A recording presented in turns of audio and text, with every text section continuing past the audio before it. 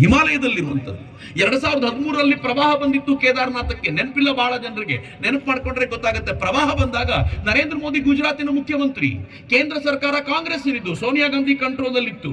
ಅವ್ರು ಏನೂ ಮಾಡ್ಲಿಲ್ಲ ಕೇದಾರಕ್ಕೆ ಅಂದಾಗ ನರೇಂದ್ರ ಮೋದಿ ಕೇಳಿದ್ರು, ನೀವು ಮಾಡ್ಲಿಲ್ಲ ಅಂದ್ರೆ ಗುಜರಾತಿಗಾದ್ರೂ ಬಿಟ್ಕೊಡಿ, ನಾವು ಮಾಡ್ತೀವಿ ಅದನ್ನ. ಹಿಂದೂಗಳ ಶ್ರದ್ಧಾ ಕೇಂದ್ರ. ಸೋನಿಯಾ ಗಾಂಧಿ ಹೇಳಿದ್ರು, ಇದು ಮುಖ್ಯಮಂತ್ರಿಗಳು ಮಾಡೋ ಕೆಲಸ ಅಲ್ಲ, ಪ್ರಧಾನಮಂತ್ರಿಗಳು ಮಾಡೋ ಕೆಲಸ. ಬಾಯಿ ಮುಚ್ಕೊಂಡಿರು. ಏನು ಮಾಡ್ಲೂ ಇಲ್ಲ ಪ್ರಧಾನಮಂತ್ರಿಗಳು. ಶಿವನಿಗೆ ಕೋಪ ಬಂತು. ಅವನಂದ ನೀನ್ ಮುಖ್ಯಮಂತ್ರಿ ಆಗಿರುತ್ತಾನೆ ಪ್ರಾಬ್ಲಮ್, ಬಾ ನೀನ್ ಪ್ರಧಾನಮಂತ್ರಿ ಆಗು ಅಂತ. 2014ರಲ್ಲೇ ಪ್ರಧಾನಮಂತ್ರಿ ಮಾಡ್ಬಿಟ್ಟ ಮೋದಿನ. ಮೋದಿ ಅವರು ಹೆಂಗ್ ಮಾಡಿದ್ರು ಅಂತಂದ್ರೆ 180 ಕೋಟಿ ರೂಪಾಯಿಯ ಮೊದಲನೇ ಹಂತದ ಪ್ರಾಜೆಕ್ಟ್ ನಲ್ಲಿ ಇಡೀ ಟೆಂಪಲ್ ನ ಹೆಂಗ್ ಡೆವಲಪ್ ಮಾಡಿದ್ದಾರೆ ಅಂತಂದ್ರೆ ನಾನು ತುಂಬಾ ಡೀಟೇಲ್ ಹೇಳಲಿಕ್ಕೆ ಹೋಗಲ್ಲ, ನಂಗೆ ತುಂಬಾ ವಿಚಾರ ಹೇಳಬೇಕಾಗಿರೋದ್ರಿಂದ. ಸ್ವರ್ಗ ಎಲ್ಲಿದೆ ಅಂತ ನಿಮ್ಮನ್ನು ಯಾರಾದ್ರೂ ಕೇಳಿದ್ರೆ ಆಕಾಶ ಅಂತ ಹಿಂಗ್ ತೋರಿಸ್ತಿರಲ್ಲ, ಸ್ವಲ್ಪ ಉತ್ತರದ ಕಡೆ ತಿರುಗಿಸಿ ಹಿಮಾಲಯವನ್ನು ತೋರಿಸಿ ಅದರ ಬುಡದಲ್ಲಿ ಕೇದಾರ ಇದೆಯಲ್ಲ, ನಿಜವಾದ ಸ್ವರ್ಗ ಅದು, ನೋಡ್ಕೊಂಡು ಬನ್ನಿ ಅಂತ ಹೇಳ್ಬೋದಾಗಿರುವಟ್ಟು ಅದ್ಭುತವಾಗಿ ಡೆವಲಪ್ ಮಾಡಿದ್ದಾರಲ್ಲ, ಅದು ನರೇಂದ್ರ ಮೋದಿ ಮಾಡಿಕೊಟ್ಟಿರೋದು. 500 ವರ್ಷ ಅಂತ ಯಾಕೆ ಹೇಳ್ತೀನಿ ಗೊತ್ತಾ? 500 ವರ್ಷದಲ್ಲಿಂತ ಮತ್ತೊಬ್ಬ ರಾಜ ಇರಲಿಲ್ಲ ಅಂತ. ಮುಸಲ್ಮಾನರ ಆಕ್ರಮಣಕ್ಕೆ ತುತ್ತಾಗಿರುವಂತಹ ದೇವಸ್ಥಾನಗಳನ್ನ ಮರಳಿ ಪಡೆದಿರೋದು, ಕೆಟ್ಟ ಅಥವಾ ಶಿಥಿಲವಾಗಿರುವ ದೇವಸ್ಥಾನಗಳನ್ನ ಮರು ನಿರ್ಮಾಣ ಮಾಡಿರೋದು ಒಂದು ಪಾರ್ಟ್. ಆದ್ರೆ ಈ ಪುಣ್ಯಾತ್ಮ ಒಂದ್ ಹೆಜ್ಜೆ ಮುಂದೆ ಹೋಗಿ ಏನ್ ಮಾಡಿದ್ದಾನೆ ಗೊತ್ತೇನ್ರಿ? ಆ ಕೊನೆ ದೇವಸ್ಥಾನ ಇದೆಯಲ್ಲ, ಮುಸಲ್ಮಾನ್ ರಾಷ್ಟ್ರದಲ್ಲೇ ಹೋಗಿ ನಿರ್ಮಾಣ ಮಾಡಿರುವಂತ ದೇವಸ್ಥಾನ ಅದು ಆಗಿರೋದು ನರೇಂದ್ರ ಮೋದಿ ಅವರ ಕಾಲದಲ್ಲಿ. ಎಂತ ಅದ್ಭುತವಾದ ಸಂಗತಿ ಅದ. ಅಬುದಾಬಿಯಲ್ಲಿ ಮೊನ್ನೆ ಇತ್ತೀಚೆಗೆ ಆ ದೇವಸ್ಥಾನ ಸಮರ್ಪಣೆ ಆದಾಗ ಯುನೈಟೆಡ್ ಅರಬ್ ಎಮಿರೇಟ್ಸ್ ಅಲ್ಲಿ ಆ ದೇವಸ್ಥಾನದ ಸಮರ್ಪಣೆ ಹೊತ್ತಿನಲ್ಲಿ ಏನ್ ಹೇಳ್ತಾರೆ ಗೊತ್ತಾ? ನರೇಂದ್ರ ಮೋದಿ ಅವರಿಗೆ ಒಂದು ಮ್ಯಾಪ್ ಕೊಟ್ರಂತೆ ಅಬುದಾಬಿದು. ಆ ಮ್ಯಾಪ್ ನಲ್ಲಿ ಗೆರೆ ಹಾಕಿ, ನೀವು ಎಲ್ಲಿ ಗೆರೆ ಹಾಕ್ತಿರೋ ಅಲ್ಲಿ ಮಂದಿರ ಕಟ್ಕೊಳ್ಳಿಕ್ ಜಾಗ ಕೊಡ್ತೀನಿ ಅಂತ ಶೇಖ್ಗಳು ಹೇಳಿದಂತೆ ಅಲ್ಲಿಂದ. ಆ ಶೇಖ್ನವ್ರು ಮಾತನಾಡ್ತಾ ಹೇಳ್ತಾರೆ, ನರೇಂದ್ರ ಮೋದಿ ಇಲ್ಲದೆ ಹೋಗಿದ್ರೆ ಈ ಮಂದಿರ ಆಗ್ತಾ ಇರಲಿಲ್ಲ ಅಂತ. ನಮಗಾಗಿ ಇಂಥ ಮಂದಿರವನ್ನ ಒಂದು ಮುಸ್ಲಿಂ ರಾಷ್ಟ್ರದಲ್ಲಿ ನಿರ್ಮಾಣ ಮಾಡಿಸಿಕೊಟ್ಟಂತ ಈ ದೇಶದ ಮೊದಲ ಪ್ರಧಾನಿ ಅಂತ ಯಾರಾದ್ರೂ ಇದ್ರೆ ಅದು ನರೇಂದ್ರ ಮೋದಿ ಅಂತ ಅವರು ಪರಿಚಯ. ಆದ್ರೆ ಇಷ್ಟೇ ಅಲ್ಲ ಮಿತ್ರರೇ, ನರೇಂದ್ರ ಮೋದಿ ಎಂತವ್ರು ಅಂತಂದ್ರೆ, ಈ ಮೂರ್ತಿ ಎಲ್ಲಿದೆ ಗೊತ್ತಾ? ಮುಳಬಾಗಿಲಲ್ಲ, ಇದು ಬಿಜಾಪುರದಲ್ಲಿಲ್ಲ, ಬಾಗಲಕೋಟೆಯಲ್ಲಿಲ್ಲ, ಇದು ಕರ್ನಾಟಕದಲ್ಲಿ ಯಾವುದೋ ಮೂಲೆಯಲ್ಲಿಲ್ಲ. ಇದು ಲಂಡನ್ನಿನ ಥೇಮ್ಸ್ ನದಿಯ ದಡದ ಮೇಲೆ ಮೋದಿಯವರ ಕಾಲದಲ್ಲೇ ಇನಾಗ್ಯುರೇಟ್ ಆಗಿರುವಂತ ಬಸವಣ್ಣನವರ ಮೂರ್ತಿ. ಲಂಡನ್ನಿನ ಥೇಮ್ಸ್ ನದಿಯ ದಡದ ಮೇಲೆ ನರೇಂದ್ರ ಮೋದಿ ಅವರಿಗೆ ಬಸವಣ್ಣನವರ ಮೇಲೆ ಎಷ್ಟು ಅವರಿಗೆ ಗೌರವ ಇದೆ ಅಂತಂದ್ರೆ, ಹೊಸ ಸಂಸತ್ತಿನ ಕಟ್ಟಡ ನಿರ್ಮಾಣ ಆಗಿ ಸಮರ್ಪಣೆ ಆಗುವಾಗ ಏನಂದ್ರು ಗೊತ್ತಾ? 12ನೇ ಶತಮಾನದಲ್ಲಿ ಬಸವಣ್ಣವ್ರು ಆಗ್ಲೇ ಸಂಸತ್ ಮಾಡಿ ಆಗಿತ್ತು, ನಾವು ಅದರ ಜೀವಂತಿಕೆಯನ್ನು ಉಳಿಸಿಕೊಳ್ಳುವ ಪ್ರಯತ್ನವಷ್ಟೇ ಮಾಡಬೇಕು ಅಂತ. ನಮ್ಮ ಸಂಸತ್ತಿನ ಹೊಸ ಕಟ್ಟಡದಲ್ಲಿ ಹಾಕಿರುವಂತ ಚಿತ್ರ ಅದು. ಅದರಲ್ಲಿ 4ನೇ ಚಿತ್ರ ಬಸವಣ್ಣನವರದು. ಮೇಲೆ ತುದಿಯಲ್ಲಿ ನೋಡಿ, ಆ ತುದಿಯಲ್ಲಿ ಏನ್ ಬರೆದಿದ್ದಾರೆ ಗೊತ್ತಾ? ಸಂಸತ್ನಲ್ಲಿರೋದು ಇದು. ಕಳಬೇಡ ಕೊಲಬೇಡ ಹುಸಿಯ ನುಡಿಯಲು ಬೇಡ ಅಂತ ಬಸವಣ್ಣನವರ ವಚನವನ್ನು ಕೂಡ ಅಲ್ಲೇ ಹಾಕಿಸಲಾಗಿದ್ದಿಲ್ಲ.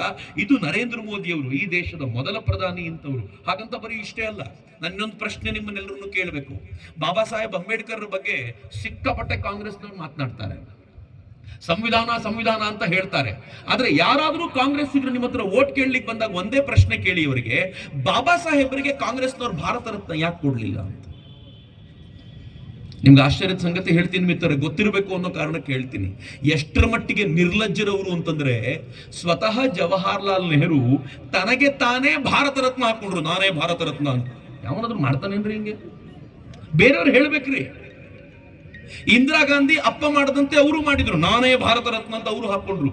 ಇವ್ರು ಯಾರು ಕೂಡ ಬಾಬಾ ಸಾಹೇಬರಿಗೆ ಭಾರತ ರತ್ನ ಕೊಡ್ಲಿಲ್ಲ. ಬಾಬಾ ಸಾಹೇಬರಿಗೆ ಭಾರತ ರತ್ನ ಕೊಡ್ಲಿಕ್ಕೆ ಸ್ವತಃ ನಾನ್ ಕಾಂಗ್ರೆಸ್ಸಿ ಗವರ್ಮೆಂಟ್ ನ ವಿ.ಪಿ. ಸಿಂಗ್ ಬರಬೇಕಾಯ್ತು.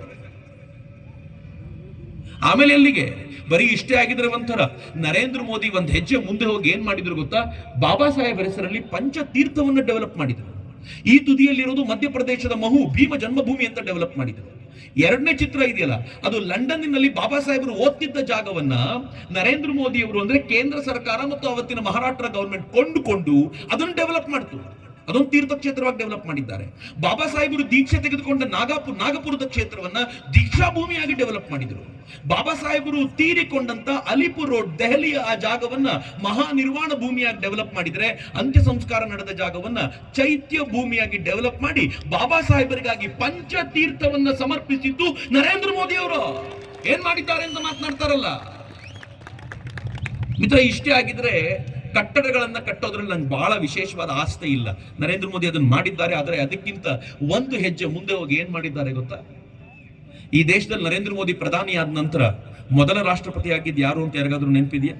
ಫಸ್ಟ್ ರಾಷ್ಟ್ರಪತಿಗಳು ರಾಮನಾಥ್ ಕೋವಿಂದ್ರು, ಅಬ್ದುಲ್ ಕಲಾಂ, ಅಟಲ್ ಜಿ ಕಾಲಕ್ಕೆ ರಾಮನಾಥ್ ಕೋವಿಂದ್ರು ಮೊದಲ ರಾಷ್ಟ್ರಪತಿ. ನಾನು ಯಾವತ್ತೂ ಜಾತಿ ಬಗ್ಗೆ ಮಾತಾಡಲ್ಲ ರೀ. ನನಗೆ ಅತ್ಯಂತ ಕೆಟ್ಟ ಇಷ್ಟವೇ ಆಗದೆ ಇರುವಂತ, ನಾನು ಬಹಳ ದ್ವೇಷಿಸುವ ಸಂಗತಿ ಜಾತಿ ಬಗ್ಗೆ ಮಾತನಾಡೋದು. ಆದ್ರೆ ಇವತ್ತೊಂದಿನ ಕ್ಷಮಿಸ್ಬಿಡಿ ನನಗೆ, ನಾನು ಇದನ್ನು ಹೇಳಬೇಕು ನಿಮಗೆ. ರಾಮನಾಥ್ ಕೋವಿಂದ್ರು ಯಾರು ಗೊತ್ತೇನ್ರಿ? ಶೆಡ್ಯೂಲ್ಡ್ ಕಾಸ್ಟ್ಗೆ ಸೇರಿದ ಅತ್ಯಂತ ಪ್ರತಿಭಾವಂತರೊಬ್ಬರನ್ನು ಹುಡುಕಿಕೊಂಡು ಬಂದು ನರೇಂದ್ರ ಮೋದಿ ಅವರ ಜಾಗದಲ್ಲಿ ಕೂರಿಸಿ ಏನ್ ಮಾಡಿದ್ರು ಗೊತ್ತಾ? ಇಡೀ ದೇಶದ ಜನ ಗೌರವದಿಂದ ತಲೆಬಾಗುವಂತೆ ಮಾಡಿದ್ರಲ್ಲ, ಇದು ನರೇಂದ್ರ ಮೋದಿ ಅವರು ಕೊಟ್ಟ ಸಂದೇಶ. ಹೊಸ ಭಾರತ ಹೇಗಿರಬೇಕು ಅಂತ ಕೊಟ್ಟಂತ ಸಂದೇಶ. ಈಗಲಾದ್ರೂ ಯಾರ್ರೀ ಈ ದೇಶದಲ್ಲಿ ಮಹಿಳೆಯರಿಗೆ ಬೆಲೆ ಇಲ್ಲ, ಈ ದೇಶದಲ್ಲಿ ಶೆಡ್ಯೂಲ್ಡ್ ಟ್ರೈಬಿನಿಗೆ ಬೆಲೆ ಇಲ್ಲ ಅಂತ ಹೇಳ್ಬೇಕಾದ್ರೆ, ಶೆಡ್ಯೂಲ್ಡ್ ಟ್ರೈಬಿನ ಹೆಣ್ಣು ಮಗಳನ್ನೇ ಕರ್ಕೊಂಡು ಬಂದಲ್ಲಿ ಕೂರಿಸಿ ಇಡೀ ದೇಶ ಗೌರವದಿಂದ ತಲೆಬಾಗುವಂತೆ ಮಾಡಿದ್ರಲ್ಲ, ಏನ್ ಸಂದೇಶ ಕೊಟ್ಟಿದ್ದು ನರೇಂದ್ರ ಮೋದಿ ಅವರು? ರಾಷ್ಟ್ರಪತಿ ರೀ ಹೆಣ್ಣು ಮಗಳು. ನರೇಂದ್ರ ಮೋದಿ ಅವರ ಕಾಲದಲ್ಲಿ ಹೆಣ್ಣು ಮಕ್ಕಳ ಗೌರವ ಯಾರಾದ್ರೂ ತಾಯಂದ್ರು ಬಹಳ ಹೆಮ್ಮೆ ಪಡಬೇಕು, ಇದು ಯಾವತ್ತೂ ಬಂದಿರಲಿಲ್ಲ. ನರೇಂದ್ರ ಮೋದಿ ಅವರ ಕಾಲದಲ್ಲಿ ಹೆಣ್ಣು ಮಗಳಿಗೆ ಗೌರವ ಎಂತದ್ದು ಅಂತಂದ್ರೆ, ಈ ದೇಶದ ಅತ್ಯಂತ ಪ್ರಮುಖವಾಗಿರುವಂತ ಪೋರ್ಟ್ಫೋಲಿಯೋ, ಮಂತ್ರಿಗಿರಿ, ಹಣಕಾಸು ಸಚಿವೆ ಒಂದು ಹೆಣ್ಮಗಳು. ಆಕೆ ಬಂದಾಗ ಎಲ್ಲರೂ ಆಡ್ಕೊಂಡಿದ್ರು ಈಕೆ ಏನ್ ಮಾಡ್ತಾಳೆ ಅಂತ. ಆಕೆಯ ಕಾಲಕ್ಕೆ ಜಗತ್ತಿನ 5ನೇ ಶ್ರೀಮಂತ ರಾಷ್ಟ್ರ ಆಯ್ತು. ಬರೆದಿಟ್ಕೊಳ್ಳಿ, ಆಕೆಯ ಕಾಲಕ್ಕೆ ಜಗತ್ತಿನ 3ನೇ ಶ್ರೀಮಂತ ರಾಷ್ಟ್ರವಾಗಿ ಭಾರತ ನಿರ್ಮಾಣಗೊಳ್ಳುತ್ತೆ ಒಂದು ಹೆಣ್ಮಗಳ ಕೈಯಲ್ಲಿ. ಈ ದೇಶದ ಹಣಕಾಸು ಆರ್ಥಿಕ ಸ್ಥಿತಿಗತಿಯನ್ನು ನರೇಂದ್ರ ಮೋದಿ ಕೈಲಿಟ್ಟಿದ್ದು ಅಂದ್ರೆ, ಅವ್ರು ಕೊಟ್ಟಂತ ಆ ಅವಕಾಶಗಳಿದೆಯಲ್ಲ ಅತ್ಯದ್ಭುತವಾದ್ದು. ಮತ್ತು ಎಲ್ಲವನ್ನು ಹೇಗೆ ನಿಭಾಯಿಸಿದ್ರು ಅಂತಂದ್ರೆ, ನರೇಂದ್ರ ಮೋದಿ ಅವರು ಒಂದು ಗೌರವ ಹುಟ್ಟುವಂತ ಕೆಲಸ ಮಾಡಿದ್ರು. ನಾನಿನ್ನು ಅವ್ರ ಪರಿಚಯದಲ್ಲಿದ್ದೀನಿ, ಪರಿಚಯ ಇಲ್ಲಿಗೆ ಮುಗಲಿಲ್ಲ. ನೀವೆಲ್ಲರೂ ಆಶ್ಚರ್ಯ ಪಡಬಹುದಾಗಿರುವಂತ ಮತ್ತೊಂದು ಸಂಗತಿ ನಿಮ್ಗೆ ಹೇಳ್ತೀನಿ. ಕಳೆದ 22 ವರ್ಷಗಳಲ್ಲಿ 12 ವರ್ಷ ಮುಖ್ಯಮಂತ್ರಿ, 10 ವರ್ಷ ಪ್ರಧಾನಮಂತ್ರಿಯಾಗಿ ಒಂದೇ ಒಂದು ಭ್ರಷ್ಟಾಚಾರ ಆರೋಪವಿರದ ಈ ದೇಶದ ಮೊದಲ ಪ್ರಧಾನಿ ಅಂತ ಯಾರಾದ್ರೂ ಇದ್ರೆ ಅದು ನರೇಂದ್ರ ಮೋದಿ. ಒಂದು ಭ್ರಷ್ಟಾಚಾರದ ಆರೋಪ ಇಲ್ಲ. ಕಾಂಗ್ರೆಸ್ಸಿಗರು ಯಾರ್ಯಾರ ಮೇಲೋ ಏನ್ ಬೇಕಿದ್ರು ಆರೋಪ ಮಾಡ್ತಾರೆ, ಆರೋಪ ಮಾಡಿ ಜೀರ್ಣಿಸ್ಕೊಳ್ತಾರೆ. ಇವತ್ತು ಕಳೆದ ಇದರಲ್ಲಿ ಕರ್ನಾಟಕದ ಗವರ್ಮೆಂಟ್ ಮೇಲೆ 40% ಆರೋಪ ಮಾಡಿದ್ರು. ಇವತ್ತು ಸುಳ್ಳು ಅಂತ ಎಲ್ಲರೂ ಹೇಳ್ತಾರೆ. ಹೇಳಿದ್ಮೇಲೆ ಕಾಂಗ್ರೆಸ್ ಜೀರ್ಣ ಮಾಡ್ಕೊಂಡು ಅಧಿಕಾರಕ್ಕೂ ಬಂತು. ನರೇಂದ್ರ ಮೋದಿ ಮೇಲೆ ಒಂದು ಸುಳ್ಳು ಹೇಳಿ ಬರಲಿ ನೋಡೋಣ. ಅಡ್ಡಡ್ಡ ನುಂಗ್ತಾರೆ. ಅವ್ರು ನುಂಗ್ಬೇಕು ಅಂತಿಲ್ಲ, ಜನ ನುಂಗ್ತಾರೆ. ಯಾಕೆಂದ್ರೆ ಜನಕ್ಕೆ ಗೊತ್ತಿದೆ ನರೇಂದ್ರ ಮೋದಿ ಎಂತ ಪ್ರಾಮಾಣಿಕ ಅಂತ. 22 ವರ್ಷಗಳಲ್ಲಿ ಒಂದು ಆರೋಪ ಇಲ್ಲ. ಕಾಂಗ್ರೆಸ್ ಇದ್ದಾಗ ಹೆಂಗಿತ್ತು ಗೊತ್ತೇನ್ರಿ? ಇಲ್ಲಿ ಇಂಗ್ಲಿಷ್ ಮೀಡಿಯಂ ಹೋಗೋ ಮಕ್ಕಳ ತಾಯಂದ್ರಿಗೆ ಗೊತ್ತಿರುತ್ತೆ. A for apple, B for ball, C for cat, D for dog ಅಂತ ಇತ್ತಲ್ಲ. ಕಾಂಗ್ರೆಸ್ನ ಗವರ್ಮೆಂಟ್ ಅಲ್ಲಿ ಚೇಂಜ್ ಆಗ್ಬಿಟ್ಟಿತ್ತದ. A for Adarsh scam, B for Bofors scam, C for coal CWG scam, D for ಒಂದೊಂದು ಸ್ಕ್ಯಾಮ್ ಅದು, D ಫಾರ್ E ಫಾರ್ ಎಲ್ಲ ಒಂದೊಂದು scam, up to Z ವರ್ಗೂ ಅವ್ರ ಸ್ಕ್ಯಾಮ್ ಇತ್ತು. ಅವ್ರು ಯಾವ ತರದ ಸ್ಕ್ಯಾಮ್ ಮಾಡಿದ್ರು ಅಂತಂದ್ರೆ, ಒಂದಾದ್ಮೇಲೆ ಒಂದು ಆ ಸ್ಕ್ಯಾಮ್ಗಳಲ್ಲಿ ಅವ್ರು ಕಳೆದು ಹೋಗ್ಬಿಟ್ಟಿದ್ರು. ಕಾಂಗ್ರೆಸ್ಸಿನ ಕಾಲದಲ್ಲಿ ಲೂಟಿ ಆಗಿದ್ದು ಲೆಕ್ಕವಿಲ್ಲದಷ್ಟು. ಆದ್ರೆ ನರೇಂದ್ರ ಮೋದಿ ಬಂದ ನಂತರ ಈ ಲೂಟಿಯ ಒಂದೇ ಒಂದು ಆರೋಪ ಅವ್ರ ಮೇಲಿಲ್ಲ. ಫೈನ್, ಇದನ್ನ ಬಿಡಿ. ನಾನು ಫೈನಲ್ ಆಗಿ ಒಂದು ಮಾತನ್ನು ಹೇಳಬೇಕು. ನರೇಂದ್ರ ಮೋದಿ ನನಗೆ ಯಾಕೆ ಇಷ್ಟ ಆಗ್ತಾರೆ? ನರೇಂದ್ರ ಮೋದಿ ನಾನಷ್ಟೇ ಅಲ್ಲ, ಇಡೀ ದೇಶ ಯಾಕೆ ಇಷ್ಟಪಡುತ್ತೆ ಅಂತಂದ್ರೆ, ಒಂದೇ ಮಾತು ನಿಮ್ಮನ್ನು ಕೇಳಬೇಕು ಮಿತ್ರರೇ. ರಾಹುಲ್ ಗಾಂಧಿಯ ತಂದೆ ಯಾರು? ರಾಜೀವ್ ಗಾಂಧಿ. ರಾಹುಲ್ ಗಾಂಧಿಯ ಅಜ್ಜಿ ಯಾರು? ಇಂದಿರಾ ಗಾಂಧಿ. ರಾಹುಲ್ ಗಾಂಧಿಯ ಮುತ್ತಾತ ಯಾರು? ಜವಾಹರ್ಲಾಲ್ ನೆಹರು. ರಾಹುಲ್ ಗಾಂಧಿಯ ಸೋದರಿ ಯಾರು? ಪ್ರಿಯಾಂಕಾ ವಾಡ್ರಾ. ರಾಹುಲ್ ಗಾಂಧಿಯ ಭಾವ ಯಾರು? ರಾಬರ್ಟ್ ವಾಡ್ರಾ. ಏನ್ರಿ ಎಲ್ಲ ಗೊತ್ತು, ಇಡೀ ಜಾತಕ ಗೊತ್ತಿದೆ ಅವ್ರದ್ದು. ನರೇಂದ್ರ ಮೋದಿ ತಂದೆ ಹೆಸರು ಗೊತ್ತಾ ಅಂತ ಕೇಳಿದ್ರೆ 90% ಜನರಿಗೆ ಯಾರಿಗೂ ಗೊತ್ತಿಲ್ಲ. ಗೊತ್ತಿದ್ರು ಯಾಕೆ ಅಂತಂದ್ರೆ, 5 ಬಾರಿ ಈ ಪುಣ್ಯಾತ್ಮ ಅವ್ರ ತಂದೆ ಹೆಸರು ಹೇಳಿದ್ದಾನೆ. ಯಾವಾಗ ಗೊತ್ತಾ? 3 ಬಾರಿ ಮುಖ್ಯಮಂತ್ರಿಯಾಗಿ ಪ್ರಮಾಣವಚನ ಸ್ವೀಕರಿಸುವಾಗ, 2 ಬಾರಿ ಪ್ರಧಾನಮಂತ್ರಿಯಾಗಿ ಪ್ರಮಾಣವಚನ ಸ್ವೀಕರಿಸುವಾಗ ನರೇಂದ್ರ ದಾಮೋದರ ದಾಸ್ ಮೋದಿ ಅಂತ ಹೇಳಿದ್ದಾರೆ ಬಿಟ್ರೆ ಇನ್ಯಾವ ತಂದೆ ಹೆಸರು ತಗೊಂಡ್ಬಂದಿದ್ದಾನ್ರಿ ಪುಣ್ಯಾತ್ಮ. ಇಲ್ಲಿ ತುಂಬಾ ಜನ ಬಿಜೆಪಿಯವರು ಇರ್ಬೋದು, ತುಂಬಾ ಜನ ನರೇಂದ್ರ ಮೋದಿ ಭಕ್ತರಿರ್ಬೋದು, ನನ್ನನ್ನು ಒಳಗೊಂಡಂತೆ. ನಾನು ನಿಮ್ಮನ್ನು ಒಂದೇ ಒಂದು ಪ್ರಶ್ನೆ ಇಲ್ಲಿ ಕೇಳಬೇಕು ಮಿತ್ರರೇ. ನರೇಂದ್ರ ಮೋದಿ ಅವ್ರ ತಂದೆ ತಾಯಿ ಎಲ್ಲ ಬಿಡಿ, ನರೇಂದ್ರ ಮೋದಿ ಅವ್ರಿಗೆ ಎಷ್ಟು ಜನ ಅಣ್ಣ ತಮ್ಮದ್ರು, ಎಷ್ಟು ಜನ ಅಕ್ಕ ತಂಗಿರು ಅಂತ ಯಾರಿಗಾದ್ರೂ ಗೊತ್ತಾ ಅಂತ ಕೇಳಿದ್ರೆ 99% ಜನಕ್ಕೆ ಗೊತ್ತಿಲ್ಲ. ನಾನು 1 ತಿಂಗಳ ಹಿಂದೆ ಅದಕ್ಕೊಂದು ಪುಟ್ಟ ಪ್ರಯತ್ನ ಮಾಡಿ ಹುಡುಕಾಡೋಣ ಅಂತ ನೋಡಿದೆ. ಅವರೊಟ್ಟು 6 ಜನ ಅಣ್ಣ ತಮ್ಮಂದ್ರು, ಒಬ್ಬಳು ತಂಗಿ. ಅದರಲ್ಲಿ ಮೊದಲನೇವರು ಸೋಂಬಾಯಿ ಅಂತ. ಸೋಂಬಾಯಿ ಏನ್ ಮಾಡ್ತಾರೆ ಗೊತ್ತಾ? ಅವರೊಂದು ವೃದ್ಧಾಶ್ರಮ ನಡೆಸ್ತಾರೆ. ತುಂಬಾ ಸಾಮಾನ್ಯವಾದ ಮನುಷ್ಯ. 2ನೇವರು ಅಮೃತ್ ಭಾಯಿ ಒಂದು ಫಿಟ್ಟರ್ ಕಂಪನಿ, ಒಂದು ಕಂಪನಿಯಲ್ಲಿ ಫಿಟ್ಟರ್ ಆಗಿ ಕೆಲಸ ಮಾಡ್ತಿದ್ದವರು, ರಿಟೈರ್ ಆಗಿದ್ದಾರೆ. 3ನೇವರು ಯಾರು ಗೊತ್ತಾ?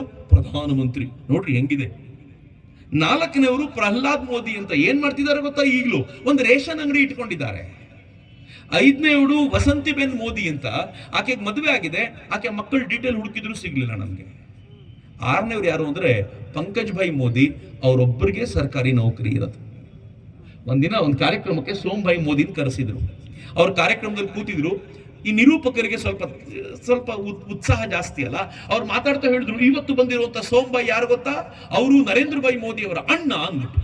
ಜನ ಗುಸು ಗುಸು ಗುಸು ಗುಸು ಮಾತಾಡ್ಕೊಂಡು ಶುರು ಮಾಡಿದ್ರು. ಯಾರಪ್ಪ ನೋಡೋಣ ಅಂತ ಜಾಗದಿಂದ ಎದ್ರು. ಎಲ್ಲ ಗಲಾಟೆ ಎಲ್ಲ ಶುರುವಾಯ್ತು. ಅಣ್ಣ ಎದ್ದು ಬಂದ್ಬಿಟ್ರು. ಎಲ್ಲ ಕೂತ್ಕೊಳ್ಳಿ ಒಂದ್ ನಿಮಿಷ, ನಾನು ನರೇಂದ್ರ ಮೋದಿ ಅವರ ಅಣ್ಣ, ಪ್ರಧಾನಮಂತ್ರಿ ನರೇಂದ್ರ ಮೋದಿ ಅವರ ಅಣ್ಣ ಅಲ್ಲ. ಮೊದಲನೇದು. ಎರಡನೇದು ಏನಂದ್ರು ಗೊತ್ತಾ, ನನಗೂ ಮತ್ತು ಪ್ರಧಾನಮಂತ್ರಿ ನರೇಂದ್ರ ಮೋದಿ ಅವರ ನಡುವೆ ಒಂದು ಪರದೆ ಇದೆ. ಈ ಪರದೆ ನಿಮ್ಗೆ ಕಾಣಿಸಲ್ಲ, ನನಗ್ ಕಾಣಿಸುತ್ತೆ. 2 ವರ್ಷ ಆಯ್ತು ಅವನ ಮುಖ ನೋಡಿ ನಾನು, ಅವನು ಯಾವತ್ತೂ ನಮ್ಮ ಮನೆಗೆ ಬರದೇ ಇಲ್ಲ ಅಂದ್ರು. ಮೂರನೇದು ಏನಂದ್ರು ಗೊತ್ತಾ, ಇವ್ರೊಬ್ಬನ ಮನೆಗೆ ಹೋಗ್ತಾರೆ, ಪಂಕಜ್ ಮನೆಗೆ ಒಂದು ಹೋಗ್ತಾರೆ. ನನ್ಗೂ ಕ್ಯೂರಿಯಾಸಿಟಿ ಜಾಸ್ತಿ ಇತ್ತು, ಯಾಕೆ ಪಂಕಜ್ ಮನೆಗೆ ಹೋಗ್ತಾರಪ್ಪ ಅಂತ ನೋಡಿದ್ರೆ ಏನ್ ಹೇಳ್ತಾರೆ ಗೊತ್ತಾ, ನಮ್ಮಮ್ಮ ಅವನ ಮನೆಯಲ್ಲೇ ಇರೋದ್ರಿಂದ ಅವ್ರನ್ನ ನೋಡ್ಲಿಕ್ಕೆ ಆಗಾಗ ಬರ್ತಾನೆ ಬಿಟ್ರೆ ಇನ್ನು ಅವನ ಮನೆಗೂ ಅವ್ನು ಬರ್ಬೇಕಾದ್ದೇನಿಲ್ಲ ಅಂತ. ಆಮೇಲೆ ಏನ್ ಹೇಳಿದ್ರು ಅವರು ಅಂತಂದ್ರೆ, ಅವನ್ ಮುಖ್ಯಮಂತ್ರಿ ಆಗ್ತಾನೆ ಅಂತ ಗೊತ್ತಾದಾಗ್ಲೇ ನಾವು ಅವ್ನಿಗೆ ಹೇಳಿದ್ವಿ, ನೀನ್ ಯಾವತ್ತೂ ನಮ್ಮ ಮನೆಗೆ ಬರ್ಬೇಕಾಗಿದ್ದಿಲ್ಲ, ನಮ್ಗಾಗಿ ಏನು ಮಾಡಬೇಕಾಗಿದ್ದಿಲ್ಲ, ನಿನ್ನ ಪರಿವಾರ ಇದಲ್ಲ, ಈ ದೇಶದ ದೊಡ್ಡ ಪರಿವಾರ ನಿನ್ ಪರಿವಾರ, ನೀನ್ ನಮ್ ಬರ್ದೇ ಇದ್ರು ನಾವ್ ಯಾರು ಬೇಜಾರು ಮಾಡ್ಕೊಳಲ್ಲ ಅಂತ ಕಳಿಸ್ಬಿಟ್ವಿ ಅಂತ. ಏನ್ ಚಂದ ರೀ ಫ್ಯಾಮಿಲಿ. ನೀವು ನಮ್ದ್ರಲ್ಲಿ ನೋಡ್ಬೇಕು ಹೆಂಗಿರ್ತಾರೆ ಅಂತಂದ್ರೆ, ಅಣ್ಣ ತಮ್ಮಂದರಿಗೆ ಗುತ್ತಿಗೆ ಕೊಡೋದಲ್ದೆ ಅವ್ನ್ ಬಾಮೈದನ್ನು ಕರೆಸ್ ಗುತ್ತಿಗೆ ಕೊಡ್ತಾನೆ.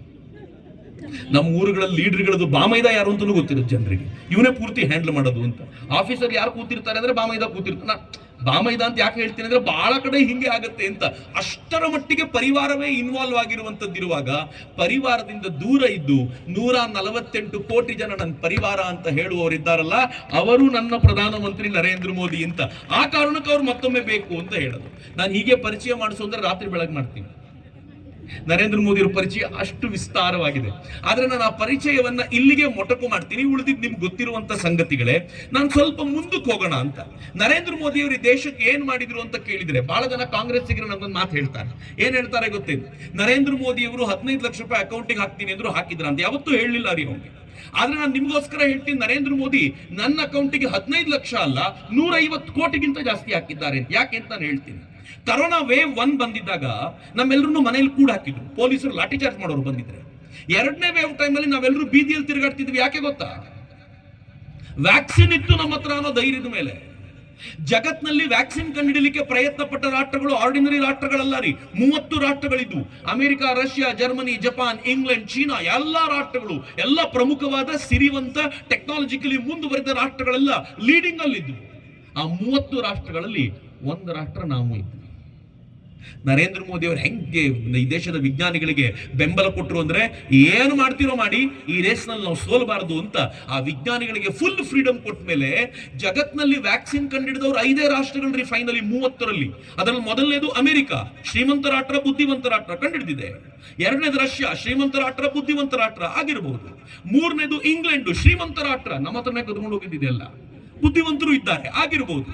4ನೇದು ಚೀನಾ, ವೈರಸ್ಸೇ ಅವರದ್ದು. ಇನ್ ವ್ಯಾಕ್ಸಿನ್ ಕಂಡಿಡೋದ್ರಲ್ಲಿ ಏನ್ ಮಹಾ ಇದೆ ಮಿತ್ರ. 5ನೇ ರಾಷ್ಟ್ರ ಯಾವುದು ಅಂತ ಕೇಳಿದ್ರೆ, ಯಾವುದನ್ನ ಜಗತ್ತಿನ ಜನ ಹೀನ, ದೀನ, ಕೃಪಣ, ದರಿದ್ರ, ಬಡ, ಕೆಲಸಕ್ಕೆ ಬಾರದ, ಹಳ್ಳಿಗರಿಂದ ತುಂಬಿರುವ, ಬಯಲು ಶೌಚಾಲಯಕ್ಕೆ ಹೋಗುವಂತ, ಮೂರ್ತಿ ಪೂಜೆ ಮಾಡುವ, ಮೂಢನಂಬಿಕೆಗಳುಳ್ಳಂತ ಅಂತ ರಾಷ್ಟ್ರ ಅಂತ ಯಾವ್ದನ್ನ ಕರಿತಿದ್ರೋ, ಆ ರಾಷ್ಟ್ರ 5ನೇ ರಾಷ್ಟ್ರವಾಗಿ ಇವ್ರನ್ನೆಲ್ಲ ಹಿಂದಿಕ್ಕಿ ವ್ಯಾಕ್ಸಿನ್ ಕಂಡಿಡಿತಲ್ಲ, ಯಾರ ಕಾರಣಕ್ಕೋಸ್ಕರ ಆಗಿದ್ದು ಮಿತ್ರ. ಅಕಸ್ಮಾತ್ ನರೇಂದ್ರ ಮೋದಿ ವ್ಯಾಕ್ಸಿನ್ ಕಂಡಿಡಿದೇ ಹೋಗಿದ್ದಿದ್ರೆ, ಅಥವಾ ಈ ದೇಶದ ವಿಜ್ಞಾನಿಗಳಿಗೆ ಪ್ರೇರಣೆ ಕೊಡದೆ ಹೋಗಿದ್ದಿದ್ರೆ, ನಾವು ವ್ಯಾಕ್ಸಿನಿಗೋಸ್ಕರ ಕೈ ಚಾಚ್ಕೊಂಡು ನಿಂತ್ಕೋಬೇಕಿತ್ರಿ. ಯಾರಾದ್ರೂ ಕಾಂಗ್ರೆಸ್ಸಿಗರು ಇವತ್ತು ಏನ್ ಮಾತಾಡ್ತಾ ನೋಡ್ಲೇಬೇಕು ಅಂತ ಕೂತಿದ್ರೆ 1 ನಿಮಿಷ ತಲೆ ತಗ್ಗಿಸ್ಬಿಡಿ. ತಲೆ ಮೇಲೆತ್ತ ಯೋಗ್ಯತೆ ಇಲ್ಲ ಕಾಂಗ್ರೆಸ್ನವರಿಗೆ. ಯಾಕೆ ಅಂತ ನಾನು ಹೇಳ್ತೀನಿ ಮಿತ್ರರೇ. ವ್ಯಾಕ್ಸಿನ್ ಕಂಡಿಡಿದಾಗ ಈ ಕಾಂಗ್ರೆಸ್ನವ್ರು ಏನಂದ್ರು ಗೊತ್ತಾ, ಅಮೆರಿಕಾದ ವ್ಯಾಕ್ಸಿನ್ ಶ್ರೇಷ್ಠ ವ್ಯಾಕ್ಸಿನ್, ಇಂಡಿಯನ್ ವ್ಯಾಕ್ಸಿನ್ ಸಬ್ ಸ್ಟ್ಯಾಂಡರ್ಡ್ ವ್ಯಾಕ್ಸಿನ್ ಅಂದ್ರು. ಹಾಕಿಸ್ಕೋಬೇಡಿ ಅಂತ. ಮಿತ್ರ, ಇವತ್ತಿನ ರಿಪೋರ್ಟ್ ನೀವು ನೋಡಿದ್ರೆ ಗಾಬರಿ ಆಗ್ತೀರಿ. ಕಳೆದ 1 ವಾರದ ಹಿಂದೆ ಪತ್ರಿಕೆಗಳು ರಿಪೋರ್ಟ್ ಮಾಡಿದ್ವು, ವಿದೇಶಿ ಕರೋನಾ ಲಸಿಕೆ ಪಡೆದವರಲ್ಲಿ 13 ಬಗೆಯ ಆರೋಗ್ಯದ ಸಮಸ್ಯೆಗಳಿವೆ. ಅದರಲ್ಲಿ ರಕ್ತದ ಸಮಸ್ಯೆ ಇದೆ, ಹಾರ್ಟಿನ ಸಮಸ್ಯೆ ಇದೆ, ನರಗಳ ಸಮಸ್ಯೆ ಬರ್ತಾ ಇದೆ.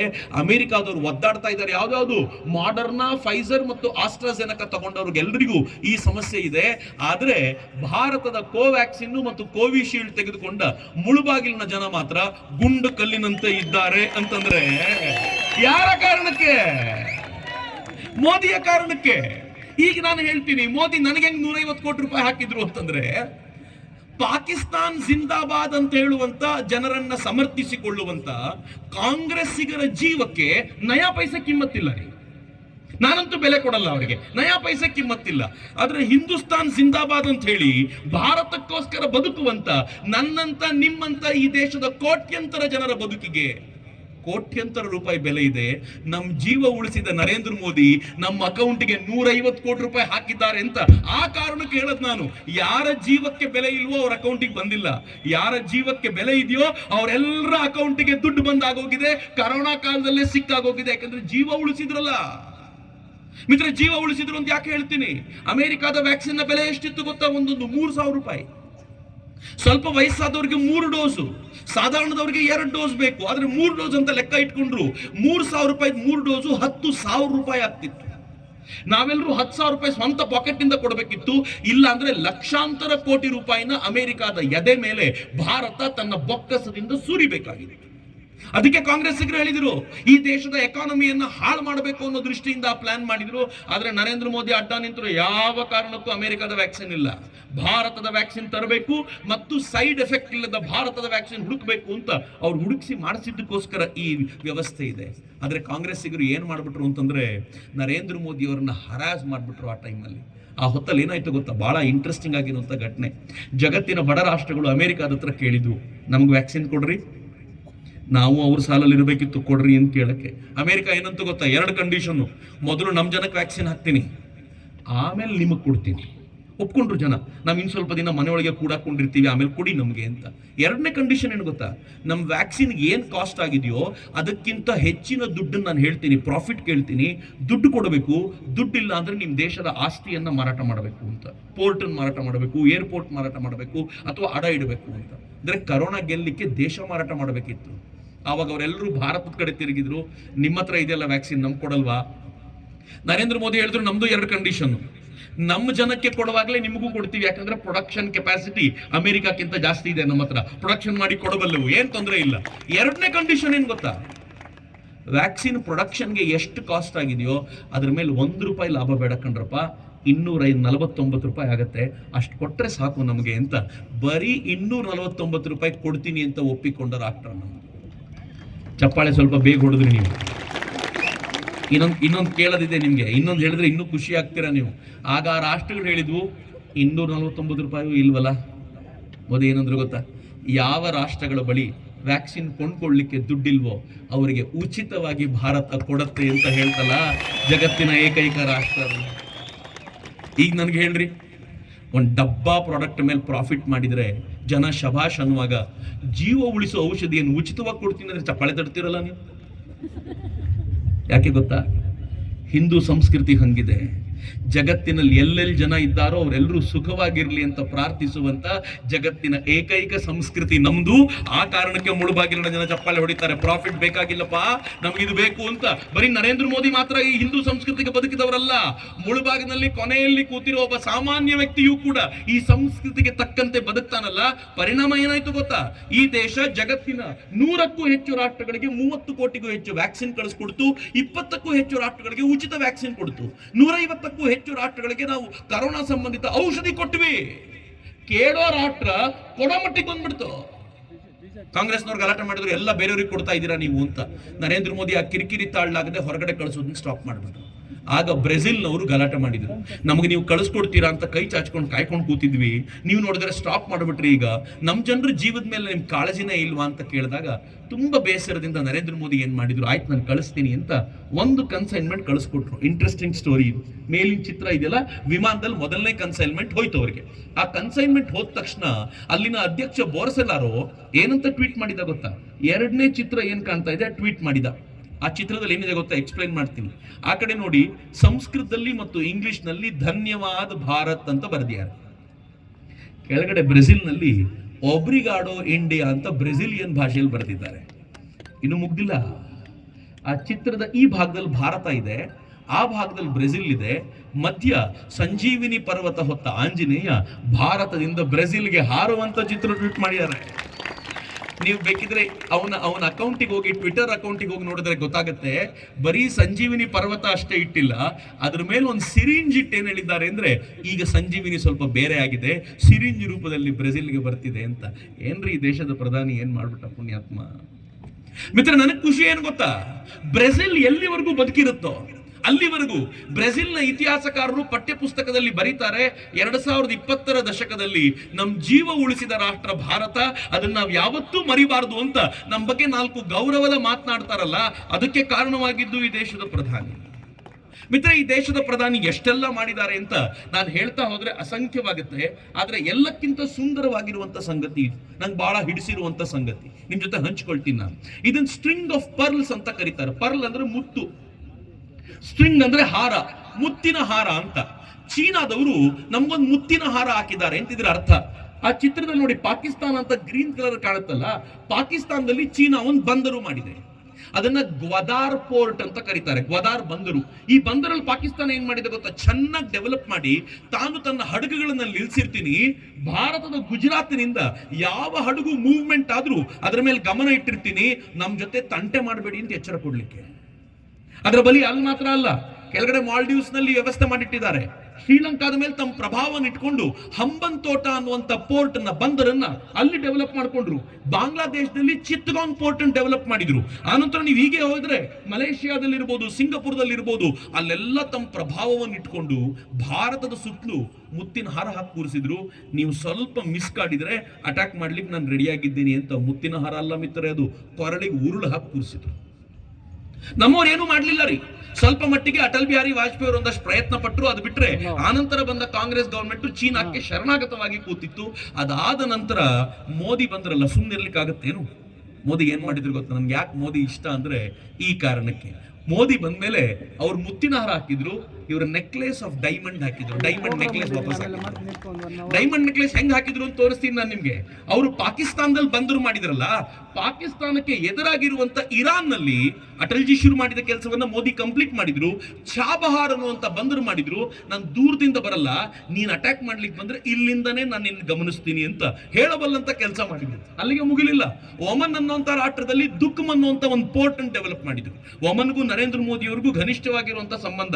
ನಾನು ಕನ್ನಡ ರಾಜ್ಯೋತ್ಸವಕ್ಕೆ ಒಮ್ಮನಿಗೆ ಹೋಗಿದ್ದಾಗ ಅಲ್ಲಿರುವಂತ ಕನ್ನಡಿಗರು ಹೇಳ್ತಿದ್ರು, ಸರ್ ನರೇಂದ್ರ ಮೋದಿ ಅವ್ರು ಕಂಡ್ರೆ ಇಲ್ಲಿ ಜನರಿಗೆ ಬಹಳ ಪ್ರೀತಿ, ಇಲ್ಲಿ ರಾಜನು ಬಹಳ ಇಷ್ಟಪಡ್ತಾನೆ, ಅವ್ರನ್ನ ಬ್ರದರ್ ಅಂತ ಕರೀತಾನೆ, ನಮ್ಮ ದೇಶಕ್ಕೂ ನರೇಂದ್ರ ಮೋದಿಗೂ ಒಂದು ಸಂಬಂಧ ಇದೆ ಎಂದ. ನಾನು ಏನಪ್ಪ ಅಂದೆ, ಒಮನ್ ಅನ್ನೋದನ್ನು ಉಲ್ಟಾ ಮಾಡಿದ್ರೆ ನಮೋ ಅಂತ ಆಗುತ್ತೆ ನೋಡಿ ಸರ್, ಅದು ಏನ್ ಸಂಬಂಧ ಇದೆ ಇದು ಅಂತ. ಬಹಳ ಚೆನ್ನಾಗಿದೆ ಇವೆಲ್ಲ. ನರೇಂದ್ರ ಮೋದಿ ಈ ಸೀಶೆಲ್ಸ್ ನಲ್ಲಿ ಅಸಂಪ್ಷನ್ಸ್ ಐಲ್ಯಾಂಡ್ ಮಾಡಿದ್ರು. ಇಡೀ ಶ್ರೀಲಂಕಾ ಅಂತ ತೆಕ್ಕೆ ತೆಗೆದುಕೊಂಡ್ರು. ಶ್ರೀಲಂಕಾ ಕ್ರೈಸಿಸ್ಗೆ ಹೋಗಿದ್ದಾಗ $4.5 ಬಿಲಿಯನ್ ಸಾಲ ಕೊಟ್ಟಿದ್ದು ಭಾರತ. ಸಾಲ ಕೊಟ್ಟ ಮೇಲೆ ಶ್ರೀಲಂಕಾ ಏನ್ ಹೇಳುತ್ತೆ ಗೊತ್ತಾ, ಹಂಬನ್ ತೋಟ ಪೋರ್ಟ್ ಅಲ್ಲ, ಶ್ರೀಲಂಕಾದ ಹತ್ರಕ್ಕೂ ಚೀನಾ ಬಿಡಲ್ಲ ಅಂತ ಶ್ರೀಲಂಕಾ ನಮ್ ಕಡೆಗೆ ಬಂದಾಯ್ತು. ನಿಧಾನವಾಗಿ ನರೇಂದ್ರ ಮೋದಿ ಅವರು ಇಂಡೋನೇಷ್ಯಾದಲ್ಲಿ ಪೋರ್ಟ್ ಡೆವಲಪ್ ಮಾಡಿದ್ರು, ಸಿಂಗಾಪುರದಲ್ಲಿ ಚಂಗಿ ಪೋರ್ಟ್ ಅನ್ನು ಡೆವಲಪ್ ಮಾಡಿದ್ರು. ಆ ಕಡೆ ಜಪಾನ್ಗೆ ಚೀನಾ ಅನ್ಕೊಂಡ್ರೆ ಆಗೋದಿಲ್ಲ, ಅದಕ್ಕಾಗಿ ಜಪಾನ್ ಜೊತೆ ಸಂಬಂಧವನ್ನು ಬೆಳೆಸ್ಕೊಂಡ್ರು. ಮಂಗೋಲಿಯಾದಲ್ಲಿ ಅವ್ರು ಅಲ್ಲಿಗೆ ಹೋಗಿ ಅಲ್ಲಿ ತಮಗೆ ಬೇಕಾಗಿರುವಂತ ವ್ಯವಸ್ಥೆಯನ್ನು ಮಾಡಿಕೊಂಡು ಚೀನಾ ಸುತ್ತಲೂ ಒಂದು ಉರುಳನ್ನು ಹಾಕಿ, ನೀನು ಹಾರ ಹಾಕು, ನಾನು ಡೈಮಂಡ್ ನೆಕ್ಲೆಸ್ ಹಾಕ್ತೀನಿ, ನೀನ್ ತಂಟೆ ಮಾಡಿದ್ರೆ ಹೆಂಗೆ ಎದುರಿಸಬೇಕು ಅಂತ ನಮ್ಗೆ ಗೊತ್ತಿದೆ ಅಂತ ಎಚ್ಚರಿಕೆ ಕೊಟ್ರಲ್ಲ, ಇದು ನರೇಂದ್ರ ಮೋದಿ ಮಾಡಿದ ಕೆಲಸ. ಮಿತ್ರ, ಇವತ್ತು ಹೆಂಗಾಗಿದೆ ಗೊತ್ತೇನು? ಚೀನಾನ ಎದುರಿಸಬಲ್ಲಂತ ಸಾಮರ್ಥ್ಯ ಇರುವಂತ ಏಷ್ಯನ್ ಜಯಂಟ್ ಯಾರಾದ್ರೂ ಇದ್ದಾರಾ ಅಂತ ಕೇಳಿದ್ರೆ ನಿಸ್ಸಂಶಯವಾಗಿ ಭಾರತ ಮಾತ್ರ ಅಂತ ಇಡೀ ಜಗತ್ತು ನಮ್ಮ ಮೇಲೆ ರಿಲೈ ಆಗಬಲ್ಲಂತ ವ್ಯವಸ್ಥೆ ಮಾಡಿದ್ದು ನರೇಂದ್ರ ಮೋದಿ. ಆ ಕಾರಣಕ್ಕೆ ನಂಗೆ ನರೇಂದ್ರ ಮೋದಿ ಇಷ್ಟ ಆಗ್ತಾರೆ. ಇವತ್ತಾನೆ ಅಮೆರಿಕಾದ ಒಂದು ರಿಪೋರ್ಟ್ ಬಂದಿದೆ, ಗೊತ್ತಿಲ್ಲ ನಂಗೆ ಹಿಂಗೆ ಆಗತ್ತೋ ಇಲ್ವೋ ಅಂತ. ಅಮೆರಿಕ ಏನ್ ಹೇಳಿದೆ ಅಂತಂದ್ರೆ, ಸದ್ಯದಲ್ಲೇ ಚೀನಾ ಮತ್ತು ಭಾರತದ ಯುದ್ಧ ಆಗಬಹುದು ಅಂತ. ಆದ್ರೆ ಯುದ್ಧ ಯಾವತ್ತೂ ನಡೆಯಲ್ಲ. ಯಾಕೆ ಅಂತಂದ್ರೆ ಸಮಬಲ ಇದ್ರೆ ಯುದ್ಧ ನಡೆಯಲ್ಲ, ವೀಕ್ ಇದ್ದವ್ರ ಮೇಲೆ ಮಾತ್ರ ಮತ್ತೊಬ್ಬರು ಏರಿ ಬರೋದು. ಭಾರತ ಇವತ್ತು ಸಮಬಲವಾಗಿದೆ, ನೀನು ಬಾ ನಾನು ನೋಡ್ಕೋತೀವಿ ಅಂತ. ಎಲ್ಲಿವರೆಗೂ ಅಂತಂದ್ರೆ ಕಳೆದ 3-4 ದಿನಗಳ ಹಿಂದೆ 10,000 ಜನ ಸೈನಿಕರನ್ನ ಚೀನಾ ಬಾರ್ಡರ್ ಅಲ್ಲಿ ಭಾರತ ಕರ್ಕೊಂಡೋಗಿ ನಿಲ್ಲಿಸಿ, ನೀನ್ ತಂಟೆ ಮಾಡಿದ್ರೆ ಸರಿಯಾದ ಉತ್ತರ ಕೊಡೋದು ನನಗೆ ಗೊತ್ತಿದೆ ಅಂತ ಹೇಳುವ ಮಟ್ಟಿಗೆ ನಾವು ನಿಂತಿದ್ದೀವಲ್ಲ, ಇದು ಹೊಸ ಸಂಗತಿ ಮಿತ್ರ. ಎಲ್ಲಿವರೆಗೂ ಅಂತಂದ್ರೆ ಅಗ್ನಿ 5 ಮಿಸೈಲ್ 2 ದಿನಗಳ ಹಿಂದೆ ಆಗಿರುವಂತ ಟೆಸ್ಟಿಂಗು ಏನ್ ಗೊತ್ತೇನು? ಅಗ್ನಿ 5 ಮಿಸೈಲು ಹೊಸದಿದು. ಜಗತ್ನಲ್ಲಿ 5 ರಾಷ್ಟ್ರಗಳ ಬಳಿ ಮಾತ್ರ ಇರುವಂತ ಕೆಪಾಸಿಟಿಯಲ್ಲಿ ಒಂದು ರಾಷ್ಟ್ರ ಭಾರತ. ಒಂದು ಮಿಸೈಲ್ ಅಲ್ಲಿ ಒಂದು ವಾರೆಡ್ ಹೋಗುತ್ತೆ, ಅದು ಹೋಗಿ ಅಟ್ಯಾಕ್ ಮಾಡುತ್ತೆ. ಈಗ ನಾವೇನ್ ಮಿಸೈಲ್ ಹೊಸದಾಗಿ ತಯಾರು ಮಾಡಿದ್ದೀವೋ ಅದರಲ್ಲಿ ಒಂದು ಮಿಸೈಲ್ ಒಳಗೆ 10 ವಾರೆಡ್ ಅನ್ನು ಇಟ್ಟು ಒಂದೇ ಸಲಕ್ಕೆ 10 ಟಾರ್ಗೆಟ್ ಅನ್ನು ಹೊಡೆಯಬಲ್ಲಂತ ಸಾಮರ್ಥ್ಯ ಇರುವಂತ ಅಗ್ನಿ 5 ಮಿಸೈಲ್ ನ ಟೆಸ್ಟ್ ಮಾಡಲಾಗಿದೆ. ಜಗತ್ತಿನ 5 ರಾಷ್ಟ್ರಗಳ ಬಳಿ ಇರುವಂತ ಈ ಕೆಪಾಸಿಟಿಯಲ್ಲಿ ಒಂದು ಭಾರತ. ನರೇಂದ್ರ ಮೋದಿ ಭಾರತವನ್ನು ಹಂಗ್ ಡೆವಲಪ್ ಮಾಡಿದ್ದಾರೆ. ಹೆಂಗ್ ಬೇರೆಯವ್ರ ಕಣ್ಣು ಹಾಕ್ಲಿಕ್ಕೆ ಸಾಧ್ಯ? It is not possible. ನಂಗೆ ಬಹಳ ಜನ ಕೇಳ್ತಾರೆ, ನರೇಂದ್ರ ಮೋದಿ ಅವ್ರ ಬಗ್ಗೆ ಇಷ್ಟು ಹುಚ್ಚಿ ಯಾಕೆ ನಿನಗೆ? ದುಡ್ಡು ಕೊಡ್ತಾರ ನರೇಂದ್ರ ಮೋದಿ ಅಂತ. ತುಂಬಾ ಜನರಿಗೆ ಹಂಗೋಗಿದ್ದಾರೆ. ಚಕ್ರವರ್ತಿ ಇಷ್ಟೆಲ್ಲ ಯಾಕೆ ತಿರುಗಾಡ್ತಾನೆ? ದುಡ್ಡು ಕೊಡ್ತಾರ ನರೇಂದ್ರ ಮೋದಿ ಅಂತ. ನರೇಂದ್ರ ಮೋದಿ ಅಲ್ಲ ರೀ, ಬರೆದಿಟ್ಕೊಳ್ಳಿ ಈ ಮಾತನ್ನ. ವೇದಿಕೆ ಮೇಲಿದ್ದಾರೆ, ಆಚಾರ್ಯರು ಇದ್ದಾರೆ, ಅವ್ರ ಎದುರುಗಡೆ ಹೇಳಲಿಕ್ಕೆ ಇಚ್ಛೆ ಪಡ್ತೀನಿ. ನರೇಂದ್ರ ಮೋದಿ ಅಲ್ಲ, ಲೋಕಲ್ ಲೀಡರ್ಗಳಿಂದಲೂ ಸ್ವಂತಕ್ಕೋಸ್ಕರ 1 ಪೈಸೆ ಇದುವರೆಗೂ ಪಡೆದಿಲ್ಲ ಅನ್ನುವಂತ ಧಿಮಾಕು ನನಗಿದೆ. ಯಾರಾದ್ರೂ ಬಂದು ಹೇಳಿ, ಯಾರಾದ್ರೂ ಕೊಟ್ಟಿದ್ದೀವಿ ಅಂತ ಹೇಳಿದ್ರು ಬಂದು ಹೇಳಿ. ನಾನು ಇನ್ನೂ ಒಂದು ಹೆಜ್ಜೆ ಮುಂದೆ ಹೋಗಿ ಹೇಳೋದಾದ್ರೆ, ಹೇಳಬಾರ್ದು, ಎಲ್ರಿಗೂ ಈ ದಿಮಾಕು ಅನ್ಸ್ಬೋದು, ಚಕ್ರವರ್ತಿಗೆ ದುರಹಂಕಾರ ಅನ್ಸ್ಬೋದು, ದಯವಿಟ್ಟು ಕ್ಷಮಿಸಿ, ಇದನ್ನು ಹೇಳಲೇಬೇಕು ಅನ್ನೋ ಕಾರಣಕ್ಕೆ ಹೇಳ್ತೀನಿ. ತುಂಬಾ ಬಾರಿ ಪತ್ರಕರ್ತರು ಈ ಪ್ರಶ್ನೆ ಕೇಳ್ತಾರೆ. ಭದ್ರಾವತಿಯಲ್ಲಿ ಒಬ್ಬ ಪತ್ರಕರ್ತ ನಂಗೆ ಕೇಳ್ದ, ನರೇಂದ್ರ ಮೋದಿ ಅವರು ಕ್ಯಾಶ್ ಕೊಡ್ತಾರೋ ಅಥವಾ ಡೈರೆಕ್ಟ್ ದುಡ್ಡು ಕೊಟ್ಬಿಡ್ತಾರೋ ಅಂತ, ಅಕೌಂಟಿಗೆ ಹಾಕ್ತಾರೋ ಅಂತ. ನನಗೆ ನಗು ಬರುತ್ತಿರಲ್ಲ ಹಿಂಗೆ ಯೋಚನೆ ಮಾಡುವಾಗ. ಒಂದೇ ಮಾತು ಹೇಳಬಲ್ಲೆ ಮಿತ್ರರೇ, ಹೆಂಗ್ ಸ್ವೀಕಾರ ಮಾಡ್ತೀರೋ ಮಾಡಿ. ನನ್ನ ದುಡ್ಡಲ್ಲಿ ಕೊಂಡ್ಕೊಳ್ಬಹುದಾಗಿರುವಂತ ವ್ಯಕ್ತಿ ಇದುವರೆಗೂ ಹುಟ್ಟಿಲ್ಲ ಭೂಮಿ ಮೇಲೆ ಅಂತ ನಾನು ತುಂಬಾ ಧೈರ್ಯವಾಗಿ ಹೇಳಬಲ್ಲೆ. ಇದಕ್ಕಿಂತ ಹೆಚ್ಚೇನೂ ಇಲ್ಲ. ಆದ್ರೆ ನರೇಂದ್ರ ಮೋದಿ ಅವ್ರ ಮೇಲೆ ಇಷ್ಟು ಯಾಕ್ರಿ ಪ್ರೀತಿ? ಯಾವ ಭಾರತ ಮಾತೆ ಮುಖದಲ್ಲಿ ಮಂದಹಾಸ ತರಬೇಕು ಅಂತ ನಾವೆಲ್ಲ ಹಗಲು ರಾತ್ರಿ ಪ್ರಯತ್ನ ಪಡ್ತೀವೋ, ಆ ಮನುಷ್ಯ ಅದನ್ನು ಮಾಡ್ತಿದ್ದಾನಲ್ಲಪ್ಪ, ಅವನ ಜೊತೆಯಲ್ಲಿ ಬಲವಾಗಿ ನಿಂತು ಬಿಡೋಣ, ಇನ್ನೊಂದು 5 ವರ್ಷ ಇರ್ಲಿ ಅನ್ನೋದು ಬಿಟ್ರೆ ಮತ್ತೆ ಏನೂ ಇಲ್ಲ ರೀ. ಇನ್ಯಾವ ಕಾಳಜಿ, ಇನ್ಯಾವ ಆಕಾಂಕ್ಷೆಯೂ ಇಲ್ಲ. ನರೇಂದ್ರ ಮೋದಿ ಏನ್ ಮಾಡಿದ್ದಾರೆ ಅಂತ ಕೇಳಿದ್ರೆ, ಅವನು ಎದೆ ಮಾತ್ರ 56 ಇಂಚ್ ಮಾಡ್ಕೊಂಡಿರೋದಲ್ಲ, ನನ್ನದು ಮತ್ತು ನಿಮ್ಮ ಎದೆನೂ 56 ಇಂಚ್ ಮಾಡಿದ್ದಾನೆ ಅನ್ನೋ ಕಾರಣಕ್ಕೋಸ್ಕರ ಖುಷಿಯಾಗೋದಟ್ಟೆ. ಆ ಒಂದೇ ಕಾರಣಕ್ಕೋಸ್ಕರ ನಾನು ಸುಮ್ಮನೆ ನಿಮ್ಗೆ ಹೇಳ್ಬೋದು ಅಂತಂದ್ರೆ, ಎಂಥ ದೇಶದಲ್ಲಿದ್ವಿ ಗೊತ್ತೇನು ನಾವು? ಎಂಥ ದೇಶದಲ್ಲಿದ್ವಿ ಅಂತಂದ್ರೆ, ಮುಂಬೈಗೆ ಪಾಕಿಸ್ತಾನಿಯರು ಬಂದು ದಾಳಿ ಮಾಡಿ 4 ಜನ, ಅಜ್ಮಲ್ ಕಸಬ್ ನೇತೃತ್ವದಲ್ಲಿ 4 ಜನ ದಾಳಿ ಮಾಡಿ 250ಕ್ಕೂ ಹೆಚ್ಚು ಜನರನ್ನ ಶೆಂಡಾಡಿ ಹೋದಾಗ, ಅವರ ನಡು ರಸ್ತೆಯಲ್ಲಿ ಹೆಣ ಮಾಡಿಟ್ಟು ಹೋದಾಗ ಭಾರತದ ರಿಯಾಕ್ಷನ್ ಏನಿತ್ತು ಗೊತ್ತಾ? ಏನು ಮಾಡ್ಲಿಲ್ಲ ರೀ ಪಾಕಿಸ್ತಾನಕ್ಕೆ ನಾವು. ಯಾಕೆ ಅಂತ ಕೇಳಿದ್ರೆ, ಅವತ್ತಿನ ಸರ್ಕಾರ ಏನ್ ಹೇಳ್ತು ಗೊತ್ತಾ? ಇವತ್ತು 250 ಜನ ಸತ್ತಿರೋದಕ್ಕೆ ಜಗತ್ತಿನ ಅನುಕಂಪ ನಮ್ಮ ಮೇಲಿದೆ, ನಾವೇನಾದ್ರೂ ಪಾಕಿಸ್ತಾನದ ಮೇಲೆ ಏರಿ ಹೋದ್ರೆ ಈ ಅನುಕಂಪ ಕಳ್ಕೊಂಡ್ಬಿಡ್ತೀವಿ, ಅದಕ್ಕೆ ಏನೂ ಮಾಡೋದು ಬೇಡ ಅಂತ. ಅದು ಒಂದು ಲೈಫ್ ಏನ್ರಿ? ಇಂಥ ಲೈಫ್ ಬದುಕಿದೀವಿ ನಾವು. ಆದ್ರೆ ನರೇಂದ್ರ ಮೋದಿ ಪ್ರಧಾನಿ ಆದ್ಮೇಲೆ ಪಾಕಿಸ್ತಾನವನ್ನು ಟ್ರೈ ಮಾಡ್ತು. ಏನ್ ಮಾಡ್ತು ಗೊತ್ತಾ? ಉರಿಯಲ್ಲಿ ಅಟ್ಯಾಕ್ ಮಾಡ್ತು. ಅಟ್ಯಾಕ್ ಮಾಡಿ 18 ಜನ ಸೈನಿಕರನ್ನ ಕೊಲ್ತು. ನರೇಂದ್ರ ಮೋದಿ ರಿಯಾಕ್ಷನ್ ಹೆಂಗಿತ್ತು ಅಂತಂದ್ರೆ, ಸರ್ಜಿಕಲ್ ಸ್ಟ್ರೈಕ್ ಮೂಲಕ ಪಾಕಿಸ್ತಾನದ 40 ಜನರನ್ನ ಉಡಾಯಿಸಿದ್ರಲ್ಲ, ಅದು ಭಾರತದ ಕೆಪಾಸಿಟಿ. ಉಡಾಯಿಸಿದ್ ಸುಮ್ಮನೆ ಉಡಾಯಿಸ್ತಿಲ್ಲ, ವಾಪಸ್ ಬಂದು ಪ್ರೆಸ್ನವ್ರನ್ನ ಕರೆದು ನಿನ್ನೆ ರಾತ್ರಿ 40 ಜನರನ್ನ ಉಡಾಯಿಸಿದ್ದೀವಿ, ಇನ್ನೊಂದ್ಸಲ ತಂಟೆ ಮಾಡಿದ್ರೆ ಪಾಕಿಸ್ತಾನಕ್ಕೆ ಸರಿಯಾದ ಪಾಠ ಕಲಿಸ್ತೀವಿ ಅಂತ. ಕಾಂಗ್ರೆಸ್ನವ್ರು ಏನ್ ಹೇಳಿದ್ರು ಗೊತ್ತಾ ಅವಾಗ? ಪ್ರೂಫ್ ಕೊಡಿ. ನಮ್ಮವರಂದ್ರು, ಸೈನಿಕರಂದ್ರು, ನೆಕ್ಸ್ಟ್ ಟೈಮು ಹೋಗ್ಬೇಕಾದ್ರೆ ನಿಮ್ಮನ್ನೇ ಕರ್ಕೊಂಡು ಹೋಗ್ಬಿಡ್ತೀವಿ, ನೀವು ಫ್ಯಾಕ್ಟ್ ಚೆಕ್ ಮಾಡ್ಬಿಡಿ ಅಂತ ಅಂದ್ಮೇಲೆ ಒಬ್ಬ ಕಾಂಗ್ರೆಸ್ನವ್ರು ಇದುವರೆಗೂ ರೆಡಿಯಾಗಿ ಬಂದಿಲ್ಲ. ಅದಾದ ನಂತರ ಪಾಕಿಸ್ತಾನ ಮತ್ತೇನು ತಂಟೆ ಮಾಡ್ಲಿಕ್ಕೆ ಹೋಗ್ಲಿಲ್ಲ. ನೆಕ್ಸ್ಟ್ ಮಾಡಿದ್ ಯಾವಾಗ ಗೊತ್ತಾ? ಎಲೆಕ್ಷನ್ಗಿಂತ ಈ ಎಲೆಕ್ಷನ್ ಏನಿತ್ತು ಇದ್ರ 5 ವರ್ಷದ ಹಿಂದೆ ಸರಿಯಾಗಿ ಎಲೆಕ್ಷನ್ ಬರೋ ಹೊತ್ತಲ್ಲಿ ಪುಲ್ವಾಮಾದಲ್ಲಿ ಅಟ್ಯಾಕ್ ಮಾಡಿ 40ಕ್ಕೂ ಹೆಚ್ಚು ಭಾರತೀಯ ಸೈನಿಕರನ್ನು ಕೊಂದ್ಬಿಡ್ತು. ಭಾರತದ ರಿಯಾಕ್ಷನ್ ಏನಿತ್ತು ಅಂತಂದ್ರೆ, ಪಾಕಿಸ್ತಾನದ ಒಳಗೆ 60 ಕಿಲೋಮೀಟರ್ ಹೋಗಿ ಏರ್ ಸ್ಟ್ರೈಕ್ ಮಾಡಿ ಅಲ್ಲಿನ ಜನರನ್ನು ಉಡಾಯಿಸಿ ಬಂದ್ರಲ್ಲ ಭಾರತೀಯರು, ಅದು ಭಾರತದ ಸಾಧನೆ ಅಂತ. 60 ಕಿಲೋಮೀಟರ್ ಒಳಗೆ ಹೋಗಿ 200 ಜನರನ್ನು ಉಡಾಯಿಸಿದ್ರು. ಆದ್ರೆ ಆಗೊಂದು ಘಟನೆ ನಡೀತು. ನರೇಂದ್ರ ಮೋದಿ ಅವರು ಎಂತ ಅದ್ಭುತವಾದ ವ್ಯಕ್ತಿ ಅಂತ ಹೇಳಬೇಕು ಅನ್ನೋ ಕಾರಣಕ್ಕೆ ಹೇಳ್ತೀನಿ. ಈ ವ್ಯಕ್ತಿ ಇದ್ದಾನಲ್ಲ, ಈತನ ಹೆಸರು ಏನು? ಅಭಿನಂದನ್ ಅಂತ. ವೆರಿ ಗುಡ್, ಎಲ್ರಿಗೂ ನೆನಪಿದೆ, ನಾನು ಹೇಳಬೇಕಾದ ಏನಿಲ್ಲ. ಅವನ ವಿಮಾನಕ್ಕೆ ಗುಂಡು ತಾಕಿ ಆ ವಿಮಾನ ನಾಶವಾಗೋ ಹೊತ್ತಲ್ಲಿ ಎಜೆಕ್ಟ್ ಮಾಡ್ಕೊಂಡು ಬಿದ್ದವನು ಪಾಕಿಸ್ತಾನದ ಬಾರ್ಡರ್ ಒಳಗೆ ಬಿದ್ಬಿಟ್ಟ. ಪಾಕಿಸ್ತಾನಿ ಹಿಡಿದ್ರು, ಹೊಡೆದ್ರು, ಕರ್ಕೊಂಡೋದ್ರು. ಅವ್ರಿಗೆ ಬಹಳ ಖುಷಿ ಆಯ್ತು. ಒಂದು 3 ತಿಂಗಳು ಇವನ್ನ ನಿಟ್ಕೊಂಡು ಭಾರತವನ್ನ ಹ್ಯೂಮಿಲಿಯೇಟ್ ಮಾಡಬೇಕು. 200 ಜನ ಭಯೋತ್ಪಾದಕರು ಹೋದ್ರೆ ಏನಾಯ್ತು, ಒಬ್ಬ ಸೈನಿಕನ ಹಿಡಿದಿದ್ದೀವಿ, ಭಾರತವನ್ನು ಅಳಿಸ್ಬೇಕು ಅಂತ ಅವ್ರು ನಿಶ್ಚಯ ಮಾಡಿದ್ರು. ನಾನು ಅನ್ಕೊಂಡೆ 3 ತಿಂಗಳು ಇದೇ ಕರ್ಮಾಲಪ್ಪ, ಇವ್ನು ಮಾಡೋದನ್ನೇ ನೋಡ್ತಾ ಇರ್ಬೇಕಲ್ಲ ಅಂತ. ಅಷ್ಟು ಹೊತ್ತಿಗೆ ಸರಿಯಾಗಿ 3 ತಿಂಗಳಲ್ಲ, 3 ದಿನ ಅಲ್ಲ, 24 ಗಂಟೆ ಕಳೆಯೋಕ್ಕಿಂತ ಮುಂಚೆ ಅವನನ್ನು ಕೊಟ್ಬಿಟ್ಟು ತಗೊಳ್ರಪ್ಪ ಅಂತ ಕೈ ಮುಗಿತು ಪಾಕಿಸ್ತಾನ. ಯಾಕೆ ಹಿಂಗ್ ಮಾಡ್ತು ಅಂತ ಗೊತ್ತಿರಲಿಲ್ಲ. ಇತ್ತೀಚೆಗೆ ಪ್ರಿನ್ಸಿಪಲ್ ಸೆಕ್ರೆಟರಿ ಒಬ್ರು ಇಂಟರ್ವ್ಯೂ ಕೊಟ್ಟು ಹೇಳಿದ್ದಾರೆ, ಅಭಿನಂದನ್ ಸಿಕ್ಕಾಕೊಂಡಿದ್ದಾನೆ ಅಂತ ಗೊತ್ತಾದ ತಕ್ಷಣ ನರೇಂದ್ರ ಮೋದಿ ಅಭಿನಂದನ್ ಬಿಡ್ತೀರಾ ಅಂತ ಕೇಳಿದ್ರಂತೆ ಪಾಕಿಸ್ತಾನಕ್ಕೆ. ಪಾಕಿಸ್ತಾನ ಹೇಳ್ತು ಯಾಕ್ರಿ ಬಿಡೋದು, ಇಷ್ಟು ಸಿಕ್ಕಿದ್ದಾನೆ ಯಾರು ಬಿಡ್ತಾರೆ ಅಂತ.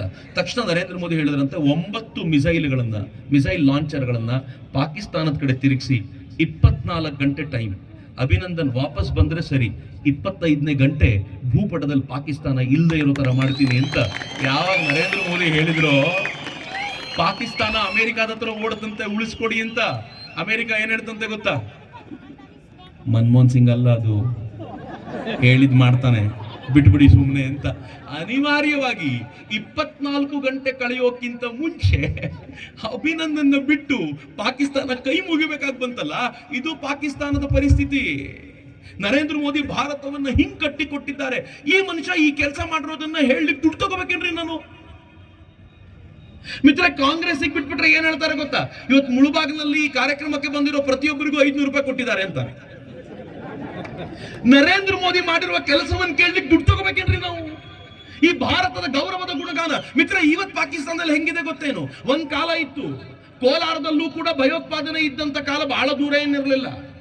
ಕೋಲಾರದ ಹುಡುಗ ಅವನು ಬೆಂಗಳೂರಿಗೆ ಹೋಗ್ಬೇಕಾದ್ರೆ ಅವ್ರ ಅಮ್ಮ ಹೇಳೋರು, ಹುಷಾರ್ ಕಣು, ಬೆಂಗಳೂರಲ್ಲಿ ಎಲ್ಲಿ ಬಾಂಬ್ ಬ್ಲಾಸ್ಟ್ ಆಗುತ್ತೋ ಹೇಳಕ್ ಬರಲ್ಲ ಅಂತ. ನರೇಂದ್ರ ಮೋದಿ ಬಂದ್ಮೇಲೆ ಬಾಂಬ್ ಬ್ಲಾಸ್ಟ್ ಅಂತ ತಂಟೆನೇ ಇಲ್ಲ ರೀ. ಈ ದೇಶದಲ್ಲಿ ಎಲ್ಲೂ ಬಾಂಬ್ ಬ್ಲಾಸ್ಟ್ ನ ಪರಿಸ್ಥಿತಿಯೇ ಇಲ್ಲ. ಇಲ್ಲಿ ಸಿದ್ದರಾಮಯ್ಯವ್ರು ಬಂದ್ಮೇಲೆ ರಾಮೇಶ್ವರಂ ಕೆಪೆ ಬಾಂಬ್ ಬ್ಲಾಸ್ಟ್ ಆಗಿದ್ದು ಯಾಕೆಂದ್ರೆ ಅವ್ರಿಗೆಲ್ರಿಗೂ ಒಂದ್ ಸ್ವಲ್ಪ ಧೈರ್ಯ ಬಂದಿದೆ, ಸಿದ್ದರಾಮಯ್ಯವ್ರು ಕಾಪಾಡ್ತಾರೆ ನಮ್ಮನ್ನ ಅಂತ. ಕಾಪಾಡಿದ್ರಲ್ಲ. ಇದು ಬಾಂಬ್ ಬ್ಲಾಸ್ಟ್ ಭಯೋತ್ಪಾದಕರು ಮಾಡಿದ್ದಲ್ಲ, ಸಿಲಿಂಡರ್ ಬ್ಲಾಸ್ಟ್ ಅಂದ್ರು ಮೊದಲು. ಈ ಬಾಂಬ್ ಬ್ಲಾಸ್ಟ್ ಸಿಲಿಂಡರ್ ಬ್ಲಾಸ್ಟ್ ಅಲ್ಲ ಅಂತ ಗೊತ್ತಾದ್ಮೇಲೆ ರಾಮೇಶ್ವರಂ ಕೆಫೆಯ ವೈಭವ ತಡಿಲಾಗದೆ ಅವ್ರ ಆಪೋಸಿಷನ್ ಯಾರೋ ಮಾಡಿರೋದು ಅಂತಂದ್ರು. ಈಗ ಬಾಯಿ ಮುಚ್ಕೊಂಡು ಒಪ್ಕೊಂಡಿದ್ದಾರೆ, ಇದಾಗಿರೋದು ಸದ್ದೇ ಇಲ್ಲ ಈಗ. ಅಂದ್ರೆ ಅವ್ರನ್ನ ಉಳಿಸ್ಲಿಕ್ಕೆ ಪ್ರಯತ್ನ ಪಡ್ತಿರುವಂತ ಜನ, ಹಿಂಗಾಗಿ ನಡೆಯುತ್ತೆ. ಆದ್ರೆ ನರೇಂದ್ರ ಮೋದಿ ಬಂದ್ಮೇಲೆ ನಡಿಲೇ ಇಲ್ಲ. ಉಲ್ಟಾ ಏನ್ ನಡೀತಿದೆ ಗೊತ್ತಾ ಇವತ್ತು? ನೀವು ಕೇಳಿದ್ರೆ ಆಶ್ಚರ್ಯ ಪಡ್ತೀರಿ. ಈ ವರದಿ ನೋಡಿ, ಈ ವರದಿ ಹೇಳುತ್ತೆ, ಸಾಜಿದ್ ಮೀರ್ ಅಂತ 26/11 ನಲ್ಲಿ ಮೋಸ್ಟ್ ವಾಂಟೆಡ್ ಭಾರತಕ್ಕೆ ಯಾರಿದ್ದಾನೋ ಅವನನ್ನ ಪಾಕಿಸ್ತಾನದ ಜೈಲಿನಲ್ಲೇ ವಿಷ ಹಾಕಿ ಯಾರೋ ಕೊಂದ್ರು. ಪಾಕಿಸ್ತಾನದಲ್ಲಿ ಇದುವರೆಗೂ 45ಕ್ಕೂ ಹೆಚ್ಚು ಭಾರತಕ್ಕೆ ಬೇಕಾದ ಭಯೋತ್ಪಾದಕರನ್ನ ನಡು ರಸ್ತೆಯಲ್ಲಿ ಶೂಟ್ ಮಾಡಿ ಕೊಲ್ಲಲಾಗ್ತಾ ಇದೆ.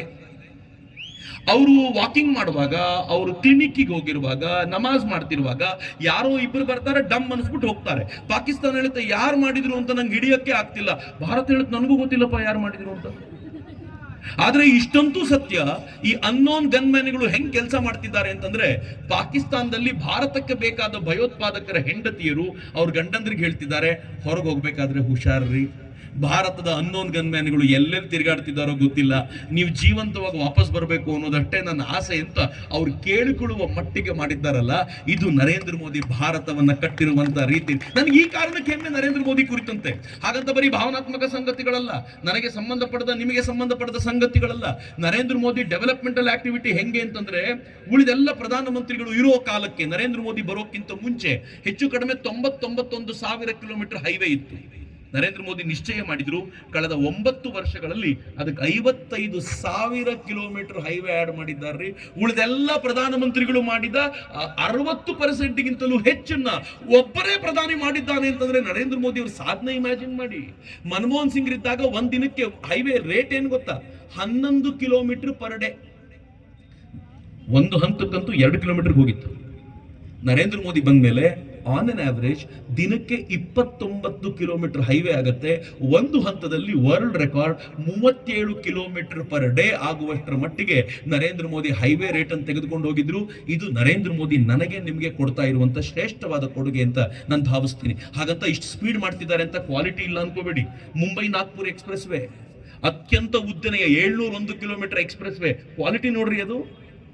ಅದರ ಪಕ್ಕದಲ್ಲಿರೋ Delhi Meerut express way 14 lane, ಒಂದೇ ಸಲಕ್ಕೆ 14 ಗಾಡಿಗಳು ಹೋಗಬಹುದಾಗಿರುವಂತ ವಿಸ್ತಾರವಾಗಿರುವಂತ ರೋಡ್, ಕ್ವಾಲಿಟಿ ನೋಡಿ. ಈ ಫೋಟೋ ಅಮೆರಿಕಾದ, ಸಿಂಗಾಪುರದ, ರಷ್ಯಾದ, ಜರ್ಮನಿಯ ರೋಡ್ಗಳದಲ್ಲ, ಭಾರತದ ರಸ್ತೆಯದು ಅನ್ನೋದು ನಂಗೆ ಬಹಳ ಹೆಮ್ಮೆಯ ಸಂಗತಿ. ಯಾವುದೋ ಡೆಲ್ಲಿ ಮೀರತ್ ಯಾಕೆ ಕೇಳ್ತೀರಾ?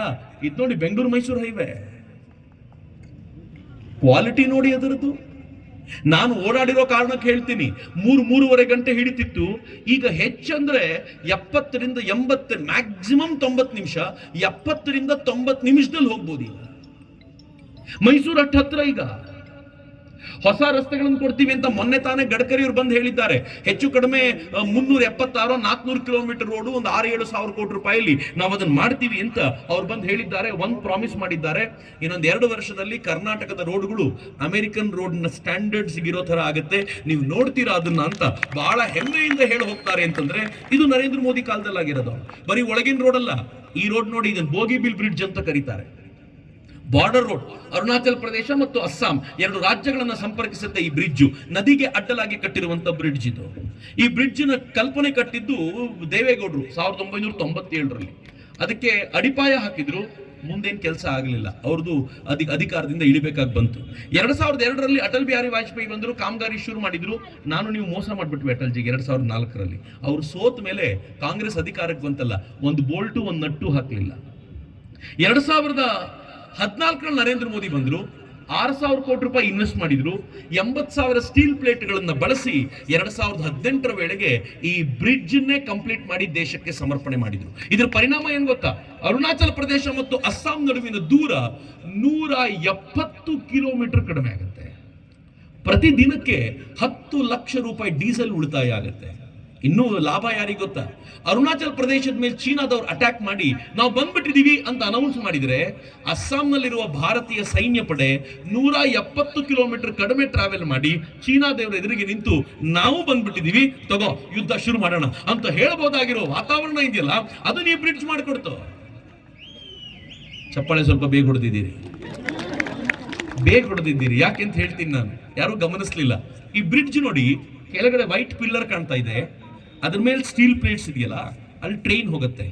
ಇನ್ ಸ್ವಲ್ಪ ಮೇಲೆ ನೋಡಿ ಎಲೆಕ್ಟ್ರಿಕಲ್ ಪೋಲ್ಸ್ ಕಾಣ್ತಿದೆ, ಅದು ಬಸ್ಸು ಕಾರು ಓಡಾಡ್ಲಿಕ್ಕೆ ನಾರ್ಮಲ್ ರೋಡ್. ಅದು ಡಬಲ್ ಡೆಕ್ಕರ್ ಬ್ರಿಡ್ಜ್ ಇದು.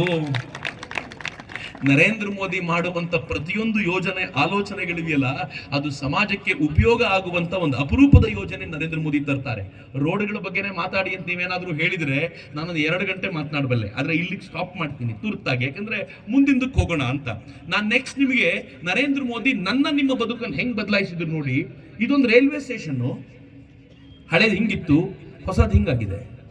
ಇದು ಮಧ್ಯಪ್ರದೇಶದ್ದು, ಮಹಾರಾಷ್ಟ್ರದ್ದು, ಗುಜರಾತ್ನದ್ದು, ಒರಿಸ್ಸಾದೋ, ಕಾಶ್ಮೀರದ್ದು ಅಲ್ಲ, ಬೆಳಗಾವಿ ರೈಲ್ವೆ ಸ್ಟೇಷನ್ ಹಂಗಿತ್ತು. ಗೂಡಂಗಡಿ ತರ ಇತ್ತು, ಕಾರ್ಪೊರೇಟ್ ಆಫೀಸ್ ತರ ಮಾಡ್ಬಿಟ್ಟಿದ್ದಾರೆ, ಸಾಫ್ಟ್ವೇರ್ ಕಂಪನಿ ತರ ಮಾಡ್ಬಿಟ್ಟಿದ್ದಾರೆ ಅದನ್ನ. ಯಾತಕ್ಕೆ ಅಂತಂದ್ರೆ ಈ ದೇಶದ ಸಾಮಾನ್ಯ ವ್ಯಕ್ತಿಯು ಕೂಡ ಒಳ್ಳೆಯ ಎಕ್ಸ್ಪೀರಿಯನ್ಸ್ ಪಡ್ಕೊಳ್ಳಿ ಅನ್ನೋದು ನರೇಂದ್ರ ಮೋದಿಯವರ ಇಚ್ಛೆ.